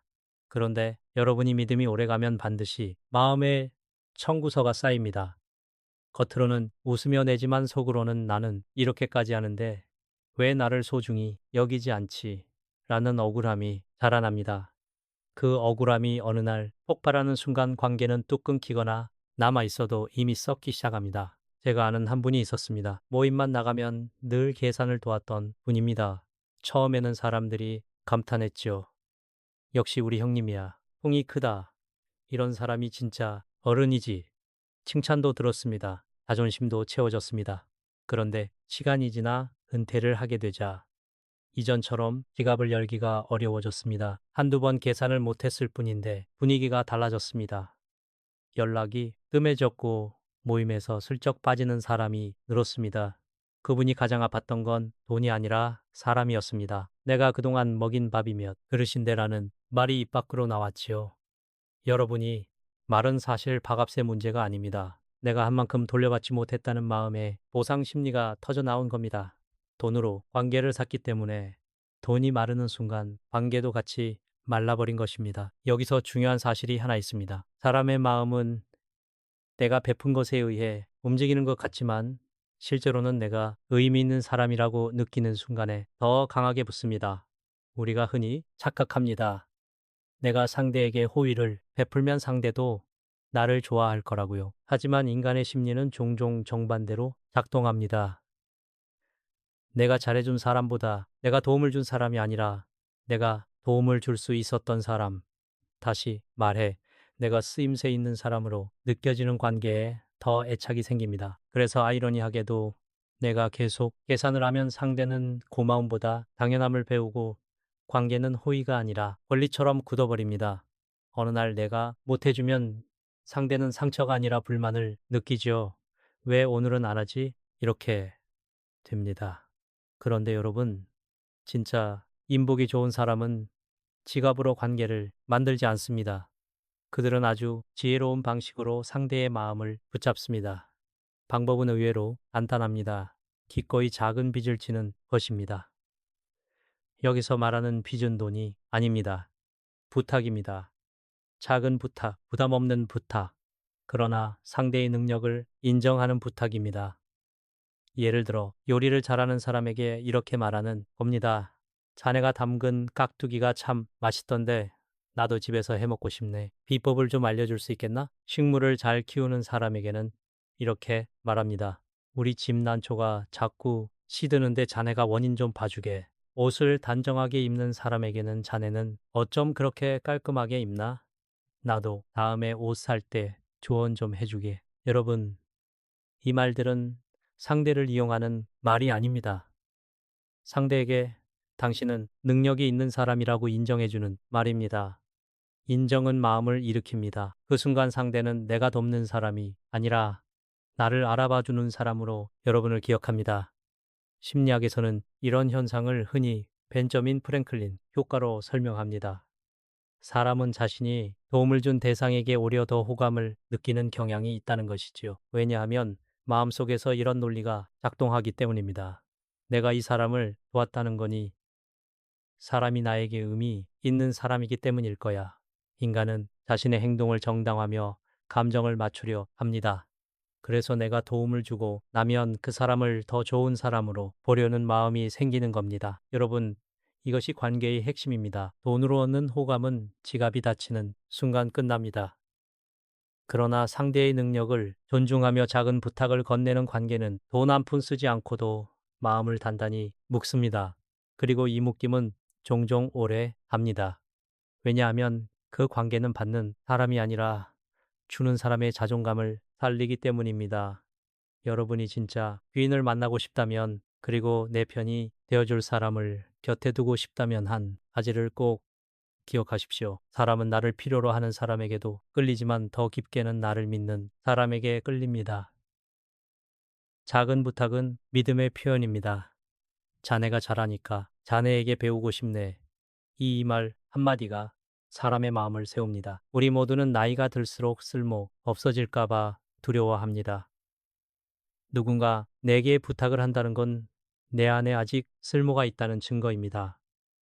그래서 부탁을 받으면 귀찮기보다 마음이 움직입니다. 이 사람이 나를 인정해 주는구나. 이 감정이 생기면 관계는 단숨에 깊어집니다. 다산 정약용 선생이 강진에서 긴 유배 생활을 했던 시절을 떠올려 보십시오. 하루아침에 교인이 되어 낯선 땅에 떨어졌을 때 선생은 사람들 위해 군림하려 하지 않았습니다. 오히려 마을의 평범한 이들에게 다가가 고개를 숙이고 물었습니다. 나는 평생 글만 읽어 농사 이치를 잘 모르네. 자네씨, 뿌리고 거두는 지혜를 내게 좀 가르쳐 주게. 여러분, 이 장면이 참 중요합니다. 선생은 가르치는 사람이기 전에 배우는 사람이었습니다. 그 낮춤이 사람들의 마음을 열었습니다. 누가 나를 깔보려고 했던 마음도 내가 낮아져 진심으로 배우려 하면 바뀝니다. 사람들은 저 사람은 우리를 무시하지 않는다는 걸 느끼고 그때부터 그를 스승이자 가족처럼 대합니다. 관계를 바꾸는 힘은 말주가 아니라 태도입니다. 특히 나이가 들수록 우리는 부탁하는 법을 있습니다. 체면이 먼저 서기 때문입니다. 그러나 인복은 체면으로 생기지 않습니다. 인복은 마음의 길을 뜨는 겸손에서 생깁니다. 오늘부터 모임에 나가실 때 마음속 목표를 바꾸십시오. 내 편을 만들기 위해 내가 사야지가 아니라 상대의 능력을 존중하며 내가 한 가지 배워야지로 바꾸는 겁니다. 그러면 행동이 달라집니다. 지갑을 먼저 여는 대신 질문을 먼저 합니다. 부탁을 먼저 건넵니다. 자네, 그거 어떻게 했나? 나도 좀 배우고 싶네. 이 말들은 여러분을 약하게 만들지 않습니다. 오히려 여러분을 더 품격 있게 만듭니다. 왜냐하면 진짜 어른은 주는 사람만이 아니라 받는 법을 아는 사람이기 때문입니다. 받을 줄 아는 사람은 상대의 자존심을 살립니다. 그 자존심이 살아난 자리에서 인연은 깊어집니다. 그리고 그렇게 깊어진 인연이 시간이 지나 귀인이 됩니다. 위급할 때 손을 잡아주는 사람이 됩니다. 돈으로는 절대 만들 수 없는 인복이지요. 마지막으로 이 말을 꼭 드리고 싶습니다. 돈으로 산 관계는 결국 계산서가 남습니다. 하지만 작은 부탁으로 맺은 관계는 서로의 마음의 역할이 남습니다. 나는 저 사람에게 도움이 되는 사람이다. 저 사람은 나를 믿어 주는 사람이다. 이 두 문장의 관계를 지탱합니다. 여러분의 노후를 지키는 인연은 결국이 문장 위에서 자랍니다. 여러분, 인간관계에서 인복이 좋은 사람을 보면 공통점이 하나 있습니다. 말이 많지 않습니다. 내가 살아봐서 아는데 같은 말을 쉽게 꺼내지 않습니다. 내신 상대가 말할 때 끝까지 듣습니다. 그리고 결정적인 순간의 짧은 한마디로 마음을 풀어 줍니다. 반대로 인복이 마르는 사람에게도 공통점이 있습니다. 충고가 습관입니다. 본인은 친절이라고 믿지만 상대는 숨이 막힙니다. 관계가 멀어지는 속도는 대부분 나쁜 일이 아니라 말을 한마디에서 시작됩니다. 주변에 이런 분 있지요. 누가 고민을 말하면 바로 답을 줍니다. 그건 네가 잘못 생각한 거야. 내 말대로 해. 그러니까 내가 처음부터 말했잖아. 말하는 본인은 도와준다고 느끼지만 듣는 사람은 점점 마음을 닫습니다. 왜냐하면 고민을 털어놓는 순간 그 사람이 원하는 건 정답이 아니라 내 편이기 때문입니다. 사람은 대개 이미 답을 알고 있습니다. 그런데도 말하는 이유가 있습니다. 마음이 답답하니까요. 억울하니까요. 내 감정이 어디에도 놓일 곳이 없으니까요. 그때 필요한 건 해결책이 아니라 감정이 잠시 쉬어갈 자리입니다. 제가 들은 이야기 하나를 예로 들어보겠습니다. 며느리 문제로 속이 상해 친구에게 하소연하던 분이 있었습니다. 같은 이야기를 들었는데 두 사람의 반응이 완전히 달랐다고 합니다. 한 사람은 하소연이 끝나기도 전에 혀를 차며 이렇게 말했습니다. 아유, 그러니까 내가 처음부터 합치지 말라고 했잖아. 네가 자꾸 져주니까 며느리가 기어오르는 거야. 내일부터 당장 딱 부러지게 말해. 말은 맞을 수도 있습니다. 현실적인 조언일 수도 있습니다. 그러나 그 순간 하소연하던 사람의 얼굴이 굳었습니다. 입을 꾹 다물었습니다. 그리고 그날 이후 그 사람을 점점 피하게 되었지요. 왜냐하면 그 조언이 도움이 아니라 평가로 들렸기 때문입니다. 너는 틀렸다. 나는 맞다. 이 느낌이 들어버리면 사람은 더 이상 마음을 열 수 없습니다. 반면 다른 사람은 달랐습니다. 해결책을 주지 않았습니다. 고개를 끄덕이며 손을 토닥이고 이렇게 말했을 뿐입니다. 아유, 혼자서 얼마나 속이 상했어. 다 내 마음 같지. 살다 보면 그럴 수 있어. 많이 힘들었겠네. 여러분, 이 한마디가 얼마나 큰 힘인지 아십니까? 하소연하던 사람은 그 말에 참았던 눈물을 쏟아냈습니다. 그리고 마음속으로 이렇게 느끼게 됩니다. 이 사람은 내 편이다. 이 사람 앞에서는 내가 약해도 괜찮다. 그 순간부터 관계는 한 단계 깊어집니다. 인복이란 결국 이런 순간에 만들어집니다. 심리학적으로도 설명이 가능합니다. 섣부른 충고는 종종 통제 욕구의 다른 이름입니다. 우리는 상대가 힘들어하는 모습을 보면 불편합니다. 그래서 그 불편함을 빨리 없애기 위해 해결부터 하려고 합니다. 그런데 문제는 그 해결이 상대를 위한 것이 아니라 나를 위한 것이 될 때가 많다는 겁니다. 내가 문제를 고쳐줬다는 만족을 얻고 싶은 마음, 나는 똑똑하고 경험이 있다는 우월감을 확인하고 싶은 마음이 섞입니다. 그래서 충고를 하는 사람, 주변에는 진짜로 마음을 나눌 사람이 잘 남지 않습니다. 사람은 상담소가 아니라 관계 속에서 쉬고 싶기 때문입니다. 다산 정약용 선생도 남을 가르치려 드는 오만함을 경계했습니다. 저는 그 뜻을 이렇게 풀어 말하고 싶습니다. 어른의 품격은 정답이 아니라 여에서 나온다.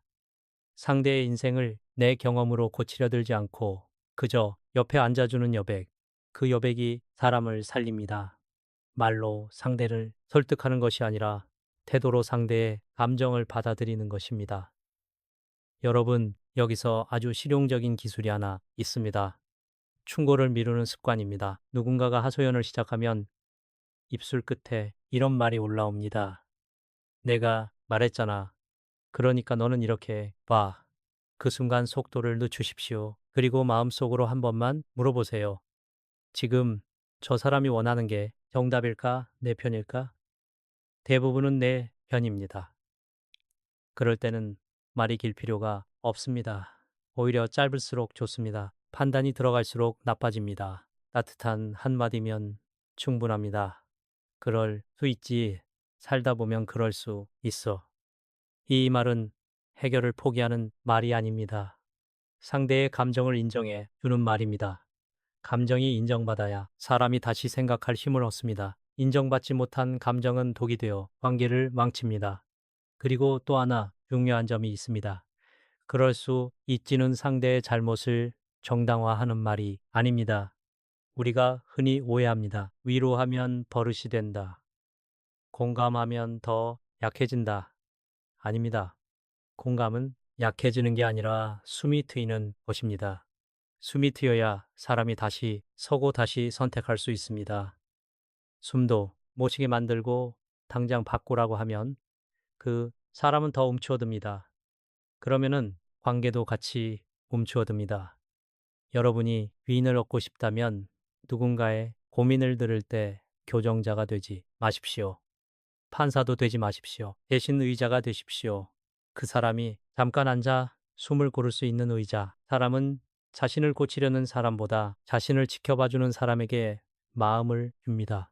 그래서 인복이 좋은 사람들은 이상하게도 말을 잘해서가 아니라 말을 아껴서 사람을 얻습니다. 그들은 상대의 이야기에 끼어들지 않습니다. 상대의 인생을 대신 운전하지 않습니다.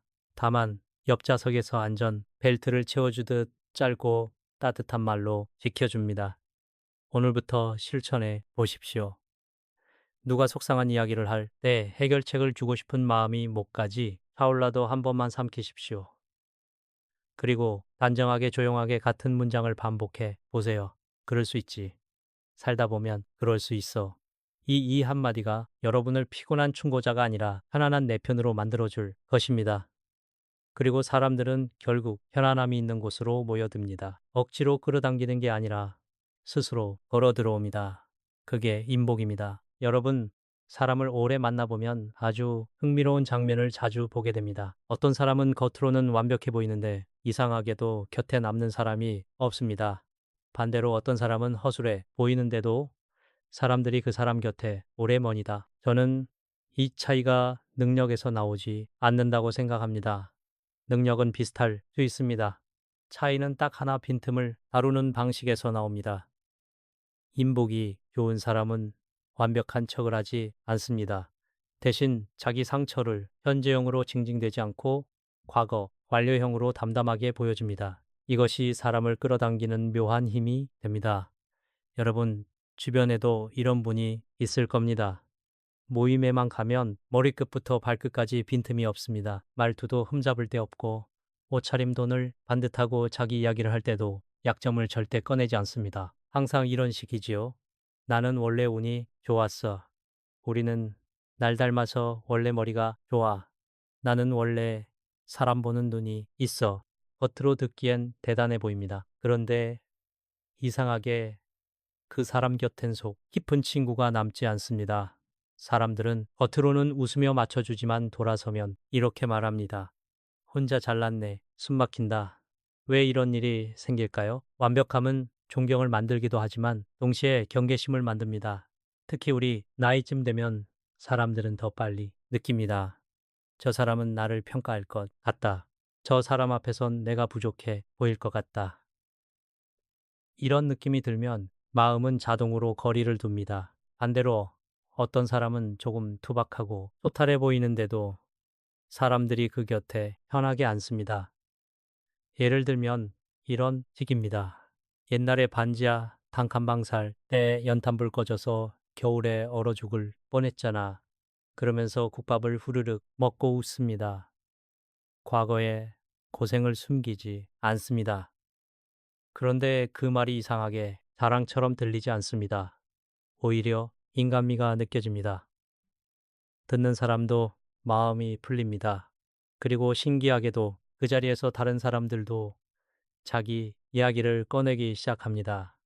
맞아, 나도 그때 수제비만 먹고 버텼지. 나도 장사망하고 한동안 죽고 싶었어. 여러분, 이게 중요한 장면입니다. 한 사람의 담담한 고백이 다른 사람들의 마음을 열어줍니다. 관계가 깊어지는 순간입니다. 심리학에서는 이것을 취약성의 힘이라고 부르기도 합니다. 사람은 상대가 너무 완벽해 보이면 무의식적으로 불안해집니다. 비교가 시작되고 열등감이 올라오고 그러면 마음은 방어를 합니다.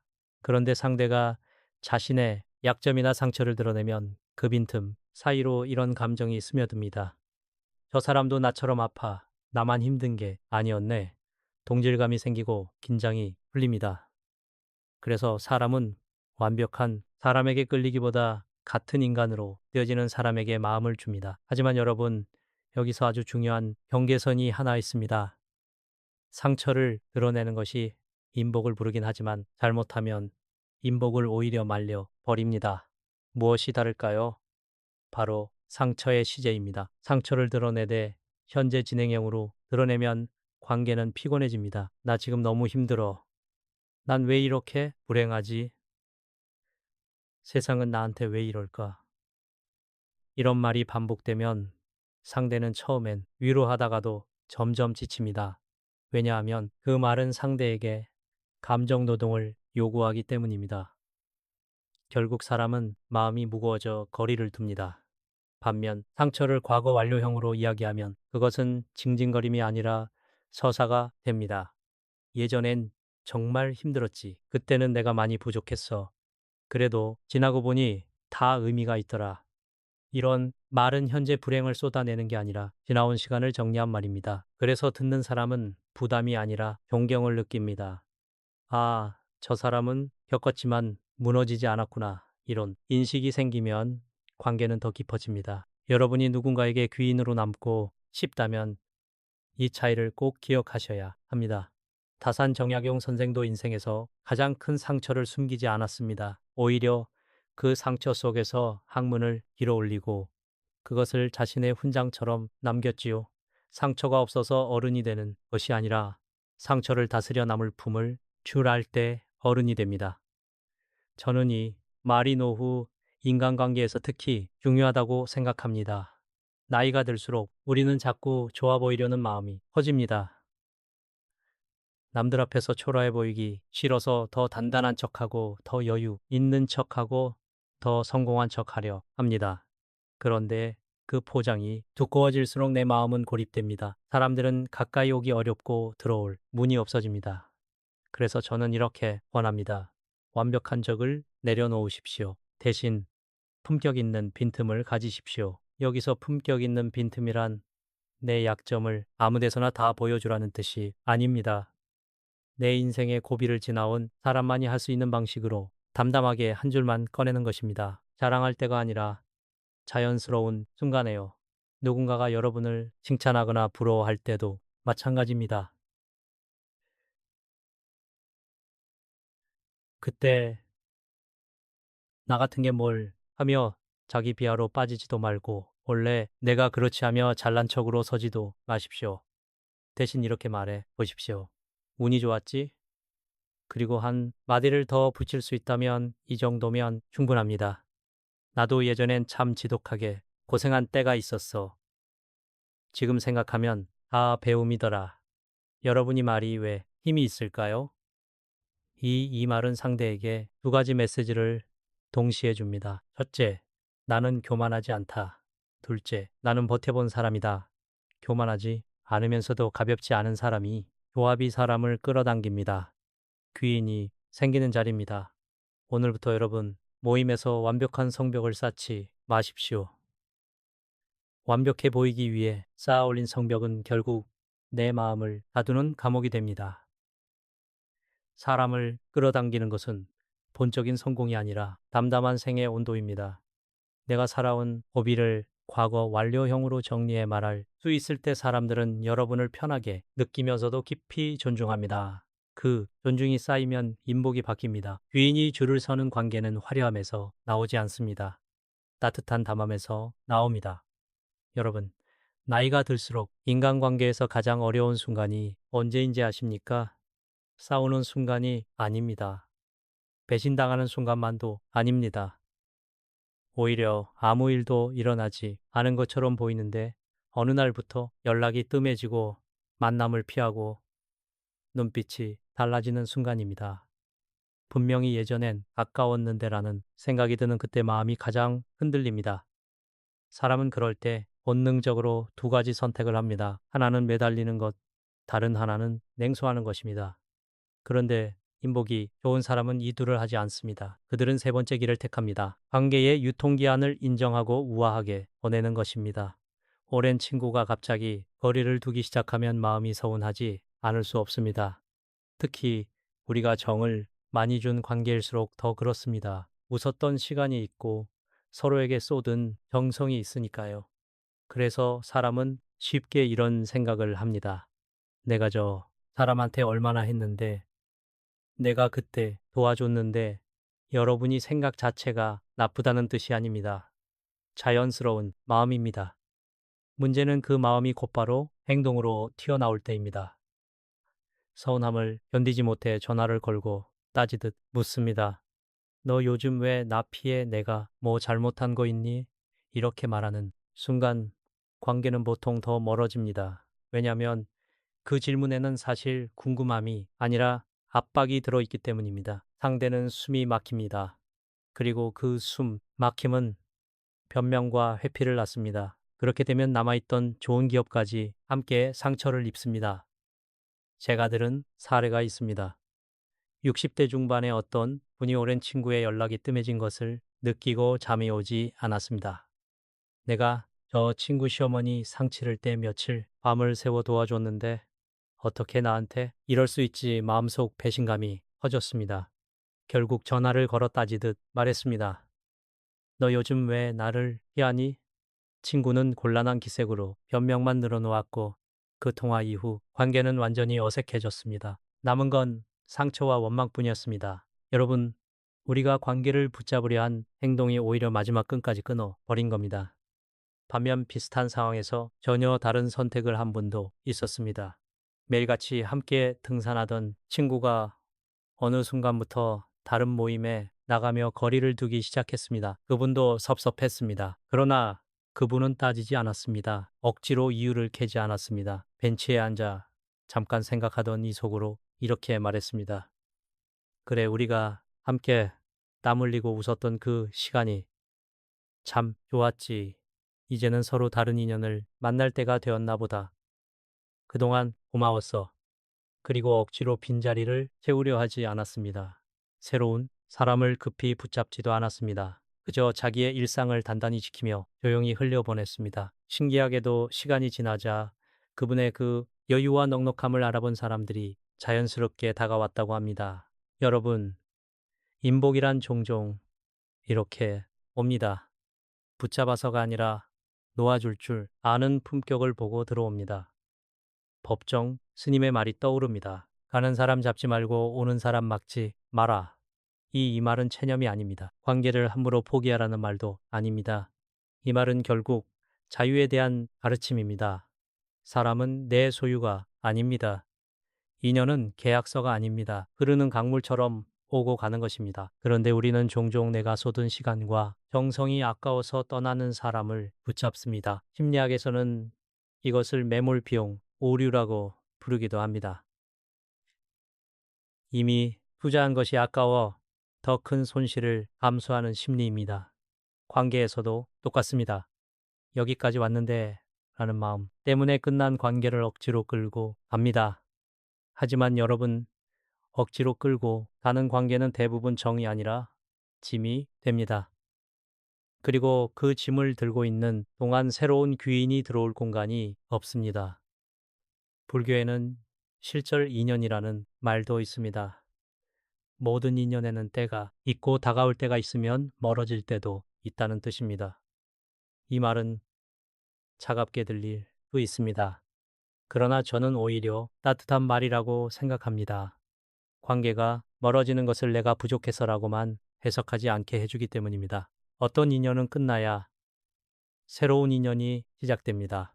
어떤 인연은 멀어져야 내가 숨을 돌립니다. 특히 노후에는 더 그렇습니다. 에너지가 한정되어 있기 때문입니다. 남은 시간을 누구에게 쓰느냐가 삶의 질을 결정합니다. 떠나는 사람에게 계속 내 마음을 쏟으면 결국 남는 건 허기뿐입니다. 그래서 오늘 제가 드리고 싶은 실천은 하나입니다. 떠나는 인연이 보일 때 비위를 맞추며 붙잡지 마십시오. 대신 마음속으로 딱 한마디를 해주십시오. 그동안 내 인생의 한 시절을 함께 해줘서 고마웠다. 그리고 조용히 덧붙이십시오. 잘 가시게. 이 말은 상대에게 들리라고 하는 말이 아닙니다. 내 마음을 정리하기 위한 말입니다. 우리가 가장 힘든 것은 사람이 떠나서가 아니라 떠난 사람을 내 마음에서 내보내지 못해서입니다. 마음속 문을 닫지 못하니 바람이 계속 들어오고 밤마다 흔들리는 겁니다. 여러분, 관계를 보내줄 줄 아는 사람은 초라해지지 않습니다. 오히려 품격이 생깁니다. 왜냐하면 붙잡는 손은 비굴해 보일 수 있지만 보내는 손은 넉넉해 보이기 때문입니다. 그 넉넉함을 보고 사람들이 다가옵니다. 진짜 귀인은 매달리는 사람보다 자기 삶을 지키는 사람 곁에 머니다. 자기 삶을 지키는 사람은 타인의 눈치로 움직이지 않습니다. 그래서 함께 있어도 편안합니다. 편안함이 인복을 부릅니다. 오늘부터 기억하십시오. 떠나는 인연은 억지로 붙잡을수록 더 빨리 떠납니다. 하지만 우아하게 보내주면 그 관계는 적어도 추억으로 남습니다. 추억으로 남는 관계는 내 삶을 망치지 않습니다. 반대로 싸움과 원망으로 끝난 관계는 내 삶을 계속 갉아먹습니다. 노후를 지키는 것은 돈만이 아닙니다. 마음의 평안입니다. 관계에서 평안을 지키려면 붙잡는 기술이 아니라 보내는 품격이 필요합니다. 그 품격이 바로 인복의 바탕이 됩니다. 명절 자리나 가족 모임 혹은 오랜만에 만난 후배들과의 자리에서 관계가 갑자기 서늘해지는 순간이 있습니다. 분위기가 무너진 것도 아닌데 대화가 짧아지고 시선이 피하고 사람들의 몸이 조금씩 뒤로 물러나는 순간입니다. 그 원인은 되게 큰 사건이 아니라 한 문장에서 시작됩니다. 내가 살아봐서 아는데 여러분이 말은 겉으로는 경험의 나눔처럼 보이지만 상대의 귀에는 종종 이렇게 들립니다. 내 방식이 정답이니 너는 따라와. 의도가 어떻든 결과적으로는 상대의 숨통을 조이는 말이 됩니다. 제가 아는 한 분은 늘 자녀나 후배를 아끼는 마음으로 조언을 아끼지 않았습니다. 집은 무조건 대출을 껴서라도 사야 해. 교육은 그렇게 시키는 게 아니야. 그건 네가 세상을 몰라서 그래. 내 말대로 해. 말하는 분은 정말로 잘 되길 바라는 마음이었겠지요. 그런데 이상하게도 시간이 갈수록 자녀들은 명절을 부담스러워했고 대화는 점점 짧아졌습니다. 밥 먹었어? 음. 일은 어때? 그냥 이렇게만 남습니다. 왜 그럴까요? 사람은 조언을 들을 준비가 안 된 상태에서 조언을 받으면 그 조언을 선물이 아니라 평가로 받아들입니다. 넌 아직 부족하다라는 메시지로 들리는 겁니다. 그러면 마음이 다칩니다. 마음이 다치면 관계는 멀어집니다. 그리고 조언하는 사람은 더 답답해져 조언을 더 강하게 합니다. 이 악순환이 아주 흔합니다. 반대로 어떤 분은 같은 상황에서도 관계가 오히려 깊어집니다. 자녀가 이직을 고민하든 결혼 문제로 갈등하든 집 문제로 흔들리든 그분은 성급히 개입하지 않습니다. 그저 한 박자 늦춥니다. 그리고 이렇게 말합니다. 세상이 참 많이 변했지. 너희가 나보다 더 잘할 거야. 아버지는 너를 믿는다. 이 한 문장에 관계의 온도를 바꿉니다. 조언이 없는데도 사람은 더 의지합니다. 오히려 큰 일이 있을 때 먼저 찾아옵니다. 왜냐하면 그 말이 통제가 아니라 신뢰이기 때문입니다. 사람은 통제하는 사람을 피하지만 믿어주는 사람에게는 마음을 갖다 놓습니다. 여러분, 우리는 나이가 들수록 내가 겪어봤으니 안다는 경험이 쌓입니다. 그 경험은 분명 귀합니다. 그러나 경험이 칼이 되면 관계를 배워 버립니다. 내가 살아봐서 아는 데는 상대의 선택을 빼앗는 말이 되기 쉽습니다. 특히 자녀에게는 더 그렇습니다.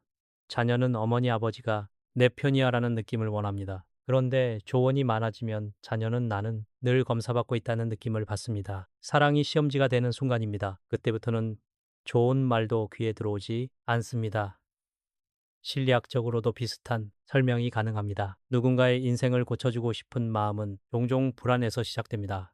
자녀가 실패할까봐 불안하고 그래서 빨리 정답을 쥐어주고 싶습니다. 그런데 정답을 쥐어주는 순간 상대는 자기 삶을 스스로 운전하는 감각을 잃습니다.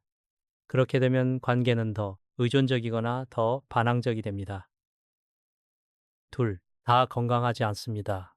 건강한 관계는 내가 너의 삶을 대신 결정하지 않는다는 선을 지킬 때 유지됩니다. 저는 인간관계에서 어른의 역할을 이렇게 정리하고 싶습니다. 어른은 방향을 강요하는 사람이 아니라 넘어져도 다시 일어날 수 있게 바닥을 단단하게 해주는 사람입니다. 바닥이 단단하면 사람은 자기 힘으로 걷습니다. 그런데 어른이 방향을 정해버리면 사람은 결국 두 가지 중 하나를 택합니다. 겉으로는 순종하고 속으로는 원망하거나 겉으로는 반항하고 속으로는 죄책감을 품습니다. 둘 다 관계를 병들게 합니다. 그래서 오늘부터는 조언의 형태를 바꾸십시오. 조언을 하고 싶을수록 먼저 해야 할 것은 조언이 아니라 허락을 구하는 것입니다. 내가 한마디 해도 될까? 이 말 한마디만으로도 상대의 마음은 훨씬 덜 방어적이 됩니다. 그리고 조언을 할 때도 결론부터 던지지 마십시오. 질문부터 하십시오. 너는 지금 무엇이 제일 걱정이니? 네가 진짜 원하는 건 뭐니? 질문은 상대를 일으켜 세우고 결론은 상대를 눌러버립니다. 특히 자녀에게는 질문이 사랑이고 결론은 잔소리로 들리기 쉽습니다. 또 하나 내 경험을 말할 때도 조심할 것이 있습니다. 네, 경험을 정답으로 제시하지 말고 가능한 하나의 길로만 내어놓으십시오. 이렇게 말하는 겁니다. 내가 살아보니 이런 경우도 있더라. 하지만 너는 너의 상황이 있으니 내 판단이 제일 중요하다. 이 말은 경험을 나누면서도 상대의 주도권을 지켜줍니다. 주도권이 지켜질 때 사람은 관계 안에서 숨을 쉽니다. 숨이 쉬어야 마음이 옵니다. 여러분이 자녀나 후배에게 진짜 존경받는 어른이 되고 싶다면 딱 한 가지 문장을 바꾸시면 됩니다. 내가 살아와서 아는데 대신 이렇게 말해 보십시오. 요즘은 세상이 빠르게 달라져서 네가 나보다 더 잘할 거야. 나는 내 편이고 네가 결정한 것을 존중할게. 이 말은 포기 선언이 아닙니다. 방임도 아닙니다. 가장 강한 지지입니다. 상대에게 나는 너를 믿는다는 메시지를 주는 겁니다. 믿음은 사람의 어깨를 세웁니다. 어깨가 서야 사람은 자기 삶을 제대로 걷습니다. 이 지점에서 많은 분들이 두려워합니다. 그렇게 두면 아이가 잘못된 선택을 하면 어떡하나? 여러분, 완벽한 선택만 하며 사는 인생은 없습니다. 중요한 것은 선택의 결과가 아니라 결과를 감당할 힘입니다. 그리고 그 힘은 대개 통제로 길러지지 않습니다. 존중과 신뢰 속에서 길러집니다. 실패해도 돌아올 수 있는 집, 흔들려도 말할 수 있는 부모, 그게 노후에도 서로를 지키는 관계의 기반이 됩니다. 오늘부터 모임에서 가족에게, 후배에게 말이 목구멍까지 차오를 때가 있을 겁니다. 그때 스스로에게 이렇게 한 번만 물어보십시오. 지금 내가 하고 싶은 말은 도움이 될까? 통제가 될까? 그리고 통제가 섞여 있다고 느껴지면 한 박자 멈추십시오. 대신 손을 내밀 듯 이렇게 말해보십시오. 네가 더 잘할 거야. 나는 내 편이야. 사람은 그 말 한마디를 오래 기억합니다. 관계는 그 한마디 위에서 다시 따뜻해집니다. 여러분, 인복이 끊기는 말은 꼭 공격적인 말만이 아닙니다. 오히려 가장 조용하고 습관적인 말이 사람을 멀어지게 합니다. 그 중 하나가 무엇인지 아십니까? 습관적 자기 비하입니다. 아유, 나 같은 늙은이가 내가 뭘 할 수 있겠어? 에이, 내 팔자가 그렇지 뭐. 이런 말은 겸손처럼 들릴 수 있습니다. 하지만 관계에서는 겸손이 아니라 자기 평가의 선언으로 들립니다. 그리고 사람은 그 선언을 그대로 받아들입니다. 내가 나를 낮추면 남도 나를 낮춥니다. 이건 성격의 문제가 아니라 심리의 구조입니다. 어떤 분은 칭찬을 받기만 하면 자동으로 자신을 깎아내립니다. 누가 오늘 얼굴 좋아 보이세요? 하면 아유 늙어서 다 쭈글쭈글해요. 누가 말씀 참 따뜻하세요? 하면 내가 뭘 알아요? 그냥 살다 보니 그렇지. 누가 요즘도 참 부지런하세요? 하면 에이, 이 나이에 뭐가 부지런해요? 할 줄 아는 것도 없는데. 여러분, 이 말들을 계속 듣는 사람은 처음엔 위로합니다. 무슨 소리세요? 아직 한창이시죠? 왜 그렇게 말씀하세요? 그런데 그 위로는 오래 못 갑니다. 왜냐하면 상대는 대화가 아니라 감정 노동을 하고 있기 때문입니다. 만날 때마다 상대의 자존감을 세워줘야 하는 관계는 결국 피곤해집니다. 그래서 사람들이 조금씩 멀어집니다. 그리고 본인은 이렇게 생각하지요. 사람들이 왜 이렇게 차가워졌지? 사실은 말이 관계의 공기를 바꿔버린 겁니다. 저는 여기서 아주 냉정한 사실을 하나 말씀드리고 싶습니다. 스스로를 쓸모없다고 여기는 사람을 곁에 두고 존경할 사람은 거의 없습니다. 우리는 마음으로는 겸손히 미덕이라고 말하지만 관계에서는 자기 존중이 더 큰 힘을 가집니다. 자기 존중이 있는 사람 곁에는 사람이 머니다. 왜냐하면 그 사람 곁에 있으면 나도 함부로 평가받지 않을 것 같기 때문입니다. 반대로 자기 비하가 습관인 사람 곁에 있으면 공기가 가라앉습니다. 말이 어두워지고 기운이 꺼집니다. 결국 사람들은 그 자리를 피합니다. 피하는 이유는 미워서가 아니라 힘이 빠지기 때문입니다. 비슷한 사례를 떠올려 보겠습니다. 어떤 모임에 늘 한숨을 쉬는 분이 있습니다. 칭찬이 나오면 다 소용없지 뭐. 그늘 물으면 그냥 죽지 못해 산다. 건강을 물으면 이제 뭐 끝이지. 듣는 사람은 처음에는 걱정합니다. 어디 아프세요?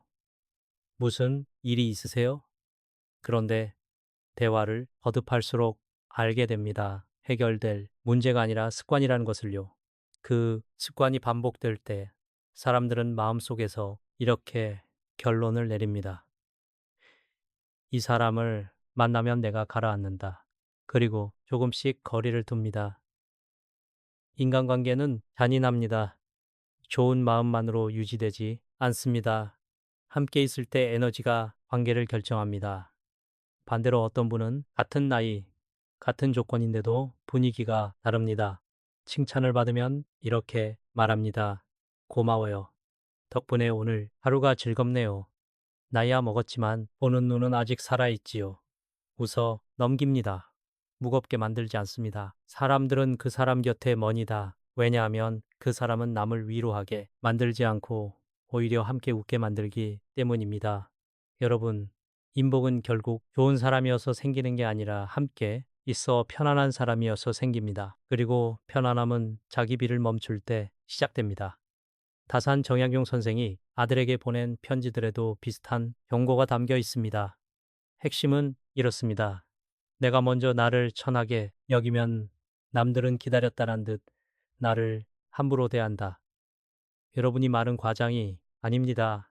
세상은 내 자기평가를 기준으로 나를 대합니다. 내가 내 입으로 나는 별거 아니다. 라고 말하면 상대는 그 말을 겸손으로만 듣지 않습니다. 어떤 사람은 그 말을 허락으로 듣습니다. 아, 이 사람은 함부로 대겠구나. 그렇게 관계의 문턱이 무너집니다. 그러면 나중에 우리가 존중받고 싶어도 이미 관계가 그렇게 굳어버립니다. 여기서 중요한 건 자기 비를 하지 말라는 말이 거만해지라는 뜻이 아니라는 겁니다. 거만함은 인복을 더 빨리 끊습니다. 문제는 자기 비하가 거만함과 같은 뿌리를 가질 때가 많다는 겁니다. 둘 다 결국 나에 붙잡혀 있습니다. 하나는 내가 최고야 이고 다른 하나는 나는 최악이야지만 둘 다 중심은 나입니다. 반면 품격 있는 사람은 자기 비하도 자기 과시도 하지 않습니다. 그들은 그냥 받아들이는 말을 합니다. 칭찬을 받으면 고맙다라고 말합니다. 여기서 끝입니다. 고맙다. 그 한마디가 관계를 살립니다. 왜냐하면 칭찬을 던진 사람의 마음을 존중해주기 때문입니다. 그래서 오늘부터 실천할 문장을 딱 하나 정해 두십시오. 누군가가 여러분을 칭찬하면 자동으로 튀어나오는 아유 아니에요를 잠깐만 멈추세요. 그리고 활짝 웃으며 이렇게 말하십시오. 정말 고마워요. 가능하면 한 문장만 더 붙이십시오. 덕분에 오늘 하루가 참 즐겁네요. 이 말에는 세 가지 힘이 있습니다. 첫째, 상대의 호의를 거절하지 않습니다. 둘째, 스스로를 함부로 깎아내리지 않습니다. 셋째, 분위기를 밝게 만듭니다. 이 세 가지가 모이면 사람은 여러분 곁에 오래 머니다. 여러분, 우리가 흔히 착각하는 게 있습니다. 겸손해야 미움받지 않는다. 그런데 지나친 겸손, 특히 자기 비하가 섞인 겸손은 미움을 피하는 게 아니라 존중을 잃게 만듭니다. 존중을 잃으면 인복은 말라갑니다. 노후에 필요한 것은 많은 사람의 박수보다 몇 사람의 깊은 존중입니다. 그 존중은 내가 나를 대하는 태도에서 시작됩니다. 입술로 내 인생을 깎아내리는 순간 세상은 나를 감정 쓰레기통처럼 대할 수 있는 문을 얻게 됩니다. 그 문을 열어주지 마십시오. 저는 여러분께 이렇게 말씀드리고 싶습니다. 여러분은 충분히 대접받을 자격이 있습니다. 나이가 들었다고 해서 가진 것이 줄었다고 해서 사회적 역할이 바뀌었다고 해서 귀함이 사라지지 않습니다. 귀함은 원래 내 안에 있는 것입니다. 다만 내가 그 귀함을 스스로 인정하지 않으면 남도 인정해 주지 않습니다. 오늘부터 자기 비하를 끊으십시오. 그리고 대신 아주 단순한 문장을 연습하십시오. 고맙습니다. 이것만 해도 관계의 공기가 달라집니다. 사람은 자신을 귀하게 여기는 사람에게 예의를 갖추게 되어 있습니다. 그 예의가 쌓이면 인복이 생깁니다. 여러분, 인간관계가 무너지는 마지막 감정은 의외로 큰 싸움이 아닙니다. 조용히 쌓이다가 어느 날 문득 상대의 마음이 다쳐버리는 말, 그 말이 관계를 끝내는 경우가 더 많습니다. 그리고 그 말의 핵심은 이것입니다. 보상심리, 즉 내가 준 만큼 너는 갚아야 한다는 마음입니다. 이 마음은 겉으로는 사랑과 헌신처럼 보이지만 상대에게는 어느 순간 청구서로 느껴집니다. 사랑이 선물이 아니라 거래로 바뀌는 순간이지요. 인복은 거래를 가장 싫어합니다. 사람의 마음은 계산되는 순간 숨을 멈춥니다. 우리는 누구보다도 많이 베풀며 살아온 세대입니다. 부모를 섬겼고 자식을 키웠고 가족을 위해 참았습니다. 그래서 더더욱 억울해질 때가 있습니다. 내가 너를 위해 얼마나 했는데 여러분이 말이 나쁜 마음에서 나오지 않는다는 걸 저는 압니다. 정말 피와 땀으로 살아온 분들이니까요. 하지만 관계에서의 문장은 조심해야 합니다. 이 말이 나오는 순간 상대의 마음속에는 두 감정이 동시에 생깁니다. 하나는 죄책감, 다른 하나는 원망입니다. 미안하다와 숨막힌다가 같이 올라옵니다. 죄책감이 쌓이면 효도가 깊어질 것 같지만 대부분은 반대로 갑니다. 죄책감이 오래가면 사람은 도망치고 꺼집니다. 원망은 그 도망의 정당화가 됩니다. 그래서 어느 날부터 연락이 줄고 대화가 짧아집니다. 인복이 마르는 소리입니다. 예를 들어 이런 장면이 있습니다. 젊은 시절 모든 것을 바쳐 자식을 키운 어머니가 성인이 된 아들과 갈등이 생기자 말이 터져 나옵니다.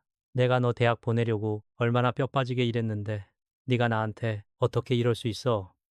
내가 그동안 어떻게 했는데 아들은 입으로는 대를 못합니다.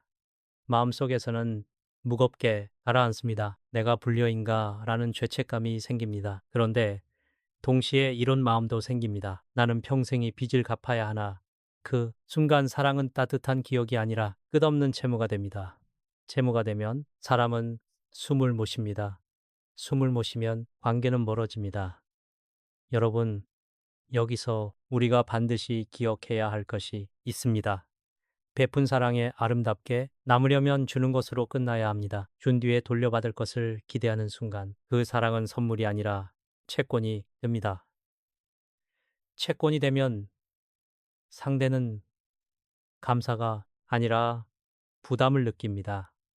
부담이 쌓이면 결국 마음은 피로해집니다. 그리고 피로는 사랑을 말립니다. 이것이 관계의 무서운 구조입니다. 노자의 도덕경에 이런 뜻을 담은 말이 있습니다. 나 때 소유하려 하지 않고 베풀었으되 그 공을 기대거나 자랑하지 않는다. 저는 이 문장이 인간관계에서도 그대로 적용된다고 생각합니다. 배춘의 목적이 사람을 얻는 것이 되는 순간 배춘은 순수함을 잃습니다. 그리고 상대는 그것을 귀신같이 알아니다. 말로는 몰라도 분위기로 압니다. 이 사람은 나중에 대가를 원하겠구나. 그때부터 마음은 경계합니다. 인복이 끊기는 겁니다. 그래서 오늘 여러분께 드리고 싶은 마지막 실천은 이것입니다. 보상 심리를 내려놓는 연습입니다. 이 연습은 생각보다 구체적이어야 합니다. 마음속에 나중에 갚겠지라는 생각이 조금이라도 올라오면 그 순간 두 가지 중 하나를 선택해야 합니다. 하나, 아예 주지 않는다. 둘, 주기로 했다면 완전히 잊는다. 중간이 가장 위험합니다. 주면서 기억하는 것이 가장 위험합니다. 죽어도 계속 새는 사람은 결국 언젠가 폭발합니다. 그리고 그 폭발은 관계를 박살냅니다. 왜냐하면 상대는 그 순간 처음 듣는 청구서를 받은 것처럼 느끼기 때문입니다. 지금 와서 그걸 왜 말해? 이렇게 됩니다. 그러면 억울함은 더 커지고 관계는 돌이킬 수 없습니다. 여러분이 누군가를 도와주고 싶을 때 마음속으로 짧게 점검해 보십시오. 내가 이걸 해주고도 마음 편할까? 편하지 않을 것 같으면 하지 않는 게 낫습니다. 우리가 착한 사람으로 살면서 가장 많이 하는 실수가 바로 이것입니다. 마음이 불편한데도 억지로 해주고 나중에 알아주지 않는다고 상처받는 것. 그건 상대의 죄가 아니라 내 선택의 책임입니다. 물론 현실은 쉽지 않습니다.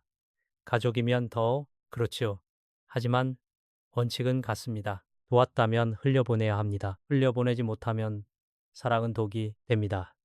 그리고 보상 심리를 내려놓는데 도움이 되는 말이 하나 있습니다. 마음이 서운할 때 내가 그동안 어떻게 했는가 목까지 올라올 때 그 문장을 바꾸십시오. 상대에게 던지는 말이 아니라 내 마음속 주문처럼 바꾸는 겁니다. 나는 그때 내가 할 수 있는 사랑을 했다. 여기서 끝내십시오. 이 말은 상대를 죄인으로 만들지 않습니다. 나를 희생자로도 만들지 않습니다. 그저 나의 선택을 나의 품격으로 정리해 줍니다. 그 품격이 관계를 살립니다. 상대가 지금 당장 알아주지 않아도 괜찮습니다. 인복이란 강제로 받아내는 보상이 아니라 스스로 따라오는 존중이기 때문입니다. 마지막으로 한 가지 더, 많은 분들이 헌신을 하면서도 마음속에 이런 기대를 품습니다. 내가 이만큼 했으니 적어도 나를 떠나진 않겠지. 여러분, 이것도 보상 심리의 한 형태입니다. 사랑으로 묶어두려는 마음입니다. 하지만 사랑은 묶일수록 시듭니다. 오히려 여유를 주고 자유를 주고 보내줄 준비가 되어 있을 때 관계는 더 오래 갑니다. 사람의 마음은 강요가 아니라 숨쉴 공간에서 자랍니다. 지금까지 우리는 인복을 끌어당기는 지혜와 인복을 끊어버리는 말습관을 함께 봤습니다. 결론은 하나입니다. 인복은 비위를 맞추는 기술이 아니라 품격을 지키는 태도에서 생깁니다. 결과만 칭찬하지 말고 수고를 알아주고 돈으로 관계를 사지 말고 작은 부탁으로 상대의 자존감을 세워주고 충고로 통제하지 말고 그럴 수 있지로 감정을 안아주고 완벽한 척하지 말고 과거 완료의 상처로 인간미를 보여주고 떠나는 인연을 붙잡지 말고 고마움으로 보내주고 그리고 무엇보다 거래로 만들지 마십시오. 주었으면 흘려보내십시오. 그때 비로소 마음에 평안이 남고 그 평안을 보고 사람들이 여러분 곁으로 모여듭니다. 그것이 노후를 풍성하게 만드는 진짜 인복입니다.